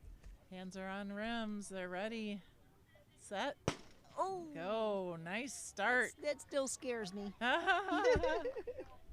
Well, I never know if it's worse to know it's going to happen or not know it's going to happen. TJ, like 2, Addison, like 3, Weston, and like 4. All right, TJ passing off. It might be just a tag. 7, Texas region, like 1, Julia. this is where we need the close-up shot. I know. So Addison taking off. both teams looking very clean. They got the flag up as the pass was clean. Maybe this is the close-up we were looking for, Shelley. Oh, I do like this. Yeah, this is good. No, all shots are great, thanks to the great camera work. But Tag, definitely a okay, tag. nice. Awesome, that makes sense. yes. Ooh, look at Oh, the hand no. speed on Look the at this inside. one. Of course, the same group, so it's like, go Texas, go Texas. Right? Although I guess we could call out their names as well. They're on their, are we on the third pass yet? Yeah, so that was third. That was Weston Powell with a nice accelerating. And Exchange is the best term, exchange, right? yep. And here comes Ariana Krishnan. Okay. That For puts the pressure on, finish. Excellent. puts pressure on Amelia. Hey, this looks like the guys versus the girls. Well, maybe not. Doesn't matter. Amelia Gwynn coming in for second for Texas. Very nice. Overhead shot from our zone. Nice job. Texas is taking home some hardware, that's for sure. We are now moving on to our mixed 4x100 meter relay. That's the 40 point, staying in the wheelchair zone with 1, 2, 3, looks like 2 final sections. First, we'll begin with Texas region. Children's then next, followed by our Louisville team. Read those names for me, please, Christy. Absolutely. So the Texas region will be Lilia Autumn Fott, tagging Ryan Davis, tagging Isabel Crew, tagging Cohen Grantham. For the children's program, Jonathan Lay will tag Ella Zelowski, Aiden Carnes, and then Joel Tapia. And then in lane 7, Satuthi Dev will tag Malcolm McIntyre, will tag Ella Willis, and Vident Mishira will come through the finish. Taking to the track to get to their places is what we are witnessing on screen for all to follow along. Again, you gotta get out to your spot, don't you? Yep. I know in longer relays, as we all know, able-bodied and I'm sure Paralympian bound, sometimes you have to take a car to your next spot, right? Right, your relay point. Yep. Marathon relays. Yep. Done one of those. So Texas, New Jersey versus Kentucky are your 3 states represented with these with the first of 2 finals. All right. Lanes 3, 5, and 7 is what we're set up. Looks like they're skipping every other lane here with this event. Yeah, I wonder if that's just giving more room for the relays, for the relay exchanges. The tags. The tags, yep.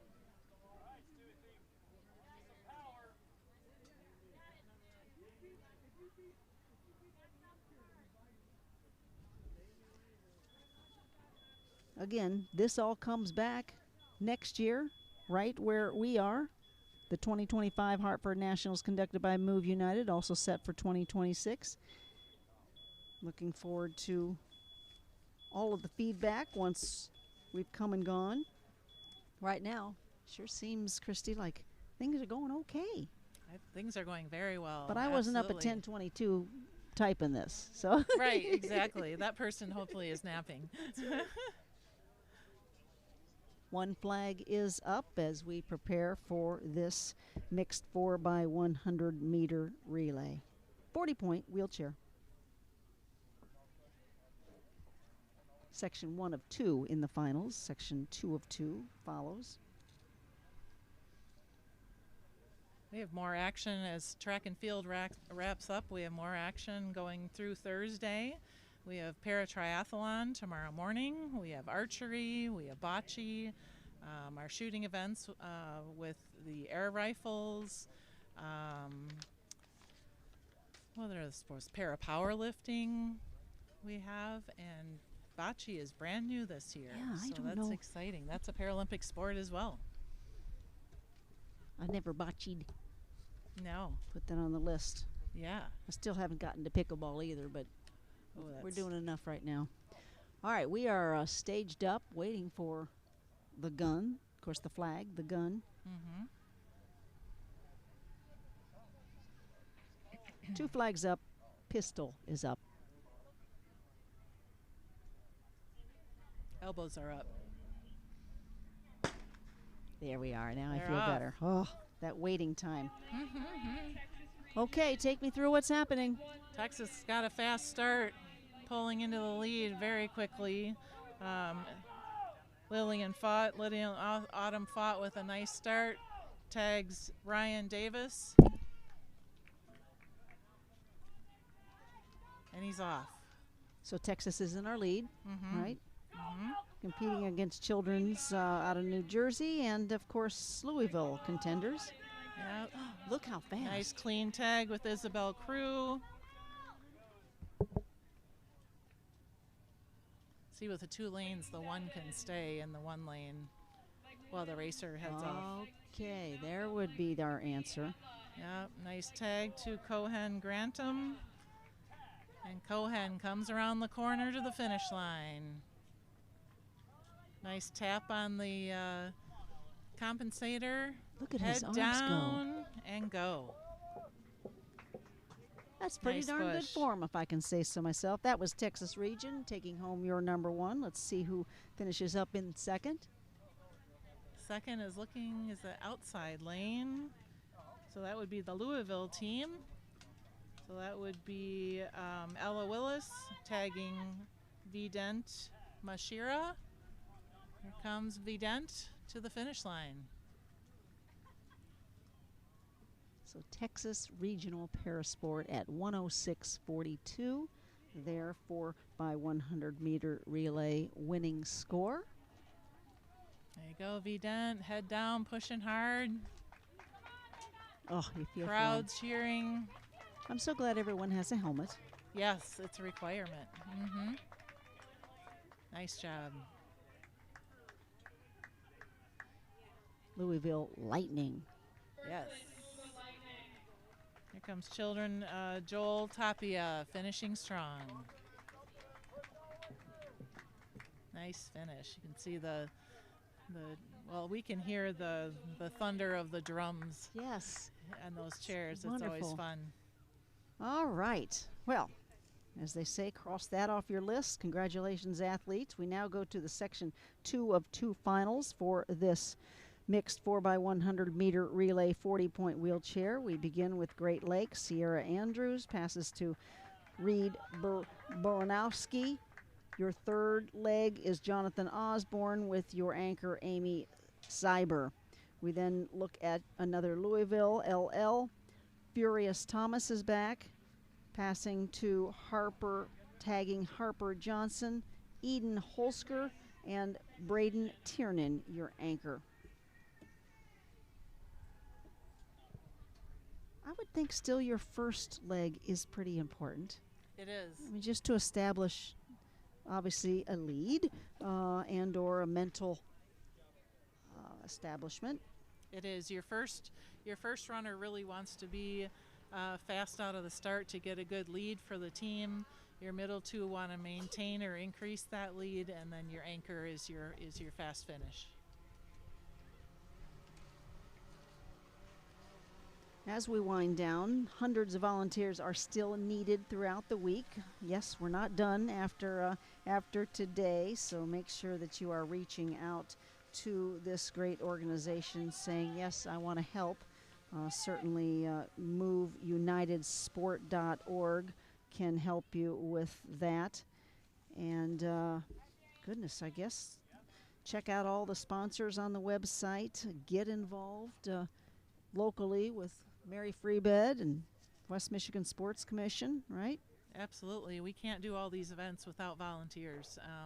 We at Wheelchair and Adaptive Sports, we have a volunteer database we maintain throughout the year and add to it as you say, I want to be on that list, and we will give you a call or email when we need volunteers. Selfishly, when you go on your sites for your competitions, are you broadcasting? Sometimes we are, absolutely, if we have the ability to do that, for sure. Keep me in mind. Yeah. One flag is up, according to the ones who know. Mm-hmm.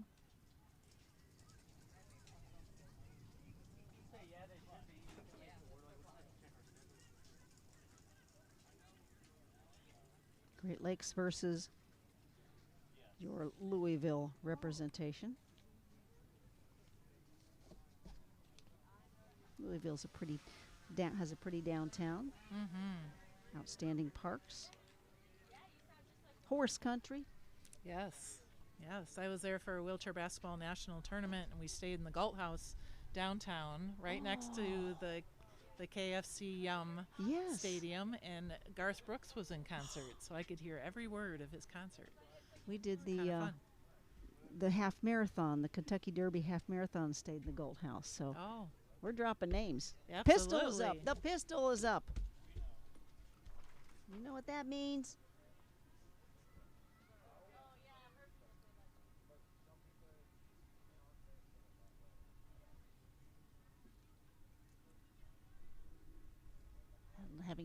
One athlete's having a little conversation with our pistol starter. There we are.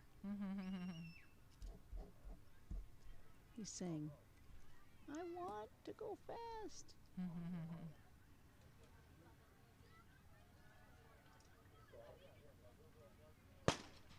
And they're off. Pushing, pushing, pushing, pushing. Yep, we got 2 lanes, 3 and 5. So I always liked it to be on the inside because you could chase, even though it was the same distance, you could chase the outside person who seemed to be in the lead. Very close race. They come into the tag very close. It's looking like at this point Louisville is ahead by a smidge. oh, that's close. Look at who's just taking the lead here? This He's is on the outside. Yeah, outside. So this is Reed Bernowski. Nice. So Reed Bernowski will be tagging Jonathan Osborne, and Jonathan is off. Good hand speed. This is what you practice for, boys Absolutely. and girls. Nope, Yep, we've so got Jonathan Osborne will Yep. be tagging Amy Yep. Seedsburg, but Louisville, not to be counted out, is right there, coming in for their tag. Oh, and Uh-oh. Eden Holscher has tagged Braden Tiener from Great Lakes. Look at this, Christy. We are neck and neck at the final straightaway. Oh. Louisville pulling ahead. Nice push, Braden Tiernan. Amy Searts, nice. Nice job. It was anyone's race, that one. Yep. Fun to hear the parents from the sidelines. Come on, my little girl, my little boy. Yep. So again, that was the mixed 4x100 relay 40 point. Again, impressive work by Louisville Lightning and of course Great Lakes. We may be nearing our finale. We won't say that until we're ready to, but mixed 4x100 meter relay 50 point wheelchair ready to go with 3 teams, Rolling Thunder, Navigators, and Great Lakes. Rolling Thunder, Edelia Borgmeyer tags Peyton Gunnarsson, tags Jeffrey Files, and I'm putting a standby on that. And Rolling Thunder will be a part of that medley relay. Again, event 76 800 meter medley relay. I'm hearing, Check in at the call pin, please. Thank you. I think I'm hearing a little overhead. I'll wait to see what's happening before we call what we were going to call the 50 point wheelchair, Christy. Okay. Not that I was listening to something that I shouldn't have been, but I heard the overcast say, overhead commentators say something about a 800. Yeah. Yeah. Okay. Yep. we're standing by. How's that for? Because we can see we'll be able to see the visuals on who is coming up. So we don't want to give you false information. On our schedule, we are waiting for the mixed 4x100 meter relay 50-point wheelchair, but something else may have slid in here. Obviously, we are coming close to. He's doing a wheelie. Is that okay? Yeah, that's how they turn. Oh, They can turn on a dime because they can just pick up that front wheel and turn around. Another reason why they wear a helmet, though, they can also push yeah. really hard and flip over we backwards. have a flag up, Christy. Here we are. Read what's happening. So we are doing the mixed Okay. 4x100 relay 50-point. The lane 3 is the Rolling Thunder. Lane 5, the Navigator Adapted Sports Program. And lane 7, Great Lakes Adaptive Sports, or GLASA.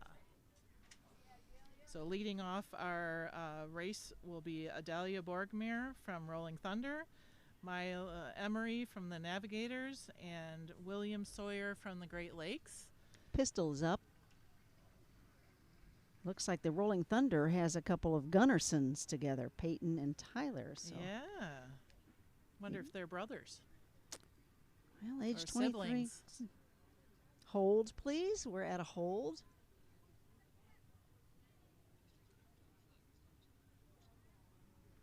The pistol is down and the flag is down. So we are at yet another hold. Again, that's how the sport works. These are very important heats. I guess it's like a space shuttle. If you need to hold it, you hold it. Not that we're in that danger, but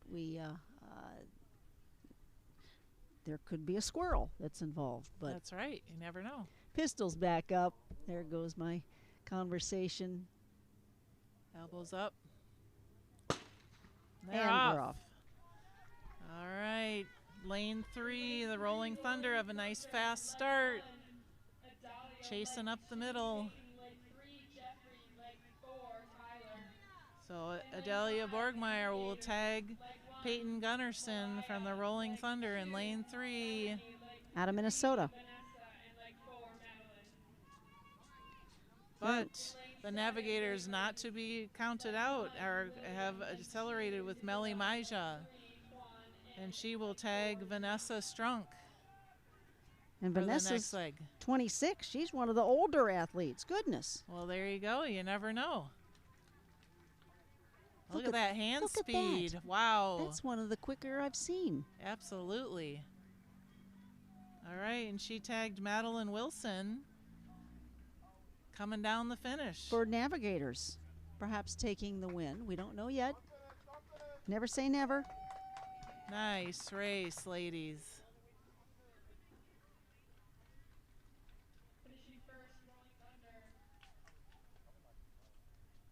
Rolling Thunder has taken your first at 1:03.83. Excellent. Rolling Thunder out of, again, Minnesota.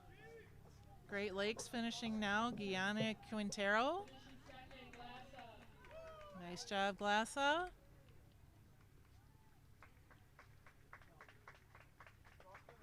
Nothing like the hearing of an applause. And Yes. the Navigators coming in third. Awesome. So the Rolling Thunder finishing with 1 minute 3:83. Glassa 1 minute 25:38, and Navigators 1 minute 37:22. Wow. All right. We are just, I'm going to hear from our esteemed producers on whether or not this is called a wrap or we stand by for slash more. Lots of chatter going on over the air. We're in standby, but Christy, again, champions compete here. Competition builds character. This is what the Hartford Nationals is all about. I know Ask Mary is what Mary Freebed's all about. Lives are being changed, if I can be Pollyanna. Absolutely. Absolutely they are. And a lot of times just volunteering for an event, just introducing someone to sport that didn't know that there was a sport for them, you never know in the long term the difference you've made.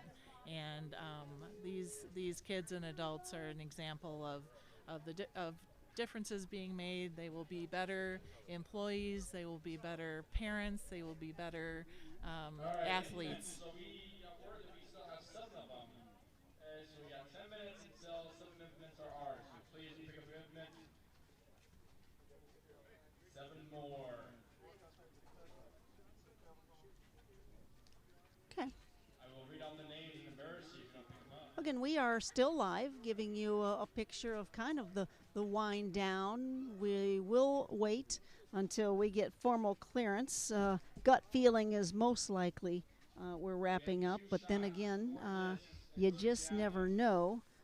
Other opportunities are to, again, thank the local hosts, West Michigan Sports Commission, Mary Freebed, of course, Hartford Nationals, conducted by Move United, the great team with Grand Rapids Community TV, and, of course, all of the projections onto YouTube. I'm going to listen and watch over again so that I can critique myself. This was kind of a I do a show from 9 to 10 every day on WGVU Public Media, but this is kind of cool, very cool. Let's just say an athlete myself, and looking forward to continuing that, but being very inspired.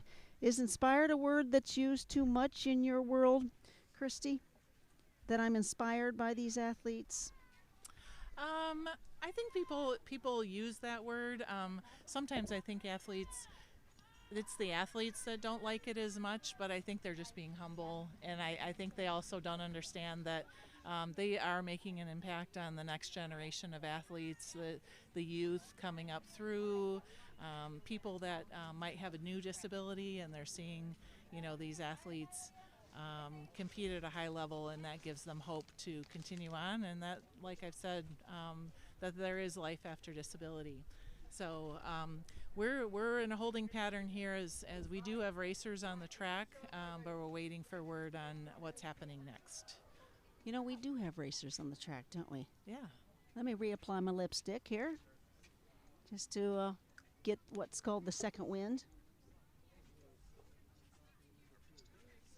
It looks like a wheelchair racing. All right, we have a pistol. Our pistol guy is out there still getting ready. We have racers on the track. We're gonna I have some graphics up here, but that was those were the results of the last. We're just gonna see what comes up, and like I say, we're in this until the end. But I probably have to leave by 1. But yeah. we'll have to draft someone else. But something is happening in an official kind of way. So, because unless they're just practicing, but the pistol was up, so let's just hang, and We have a nice shady spot to hang out. we're getting there. Although I have a long sleeve shirt on, and I am getting a little warmer than probably I knew I would be. Move United's 245 member organizations across the country, 45 states. There still are a few states to gain here. District of Columbia has a member organization. That's great.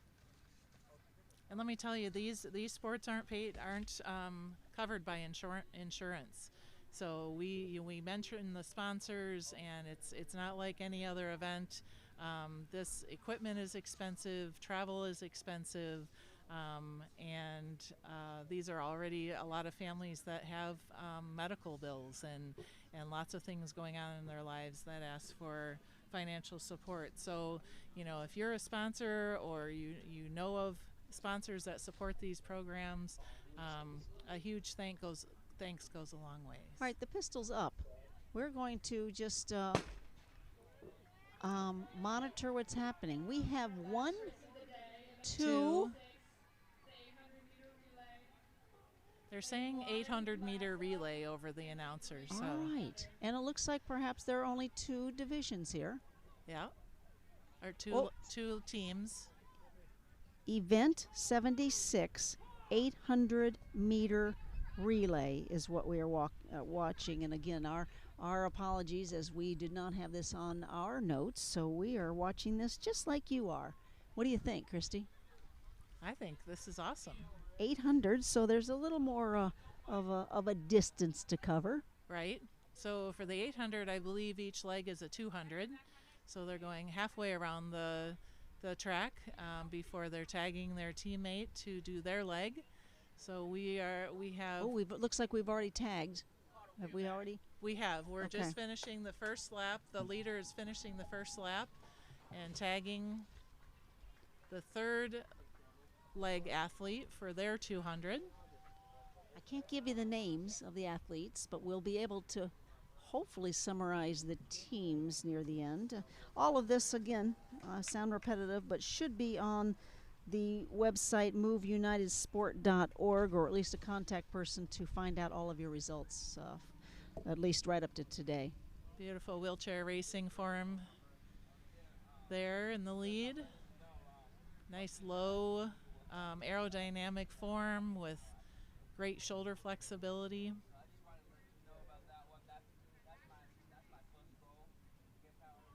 Leader coming into the final Is this the final stretch? leg. It is. Well, that went quickly. That was a quick 800. And first place, Rolling Thunder. According to the announcer, first place Rolling Thunder. I don't want to be just the messenger, but that's what we just heard. Rolling Thunder, first place. Second place coming into the finish. Glassa. Wow. All right. There's a lot of representation from those two groups. Way to Yeah. go. Way to. Minnesota and We think. Illinois. Yeah. Just our neighbors. Okay. We think this is all. We'll call it, as they say. And we appreciate you for listening, watching, sharing this. Christy, this is not the end of the show. Christy Van Haver, remind us how the rest of the week works. Absolutely. We you can look at the Hartford Nationals website online for the full schedule. There's also a great app you can follow. But we have paratriathlon, we have archery, we have shooting with air rifles. We have bocce, we have para-powerlifting, 6 in total, with bocce being the new entrant to this year's competition, along with a lot of clinics. I know tomorrow night we're doing a softball clinic, a pickleball clinic. There's a clinic on shoulder health. So lots of offerings to do when you're not competing and have fun. So this has been a great time, Shelley. This has been a great time. Christy Van Haver on behalf of Mary Freebed. I'm Shelley Irwin with WGVU Public Media. We look forward to continuing to give you these incredible athletes throughout the week. Thank you for joining us. Thank you.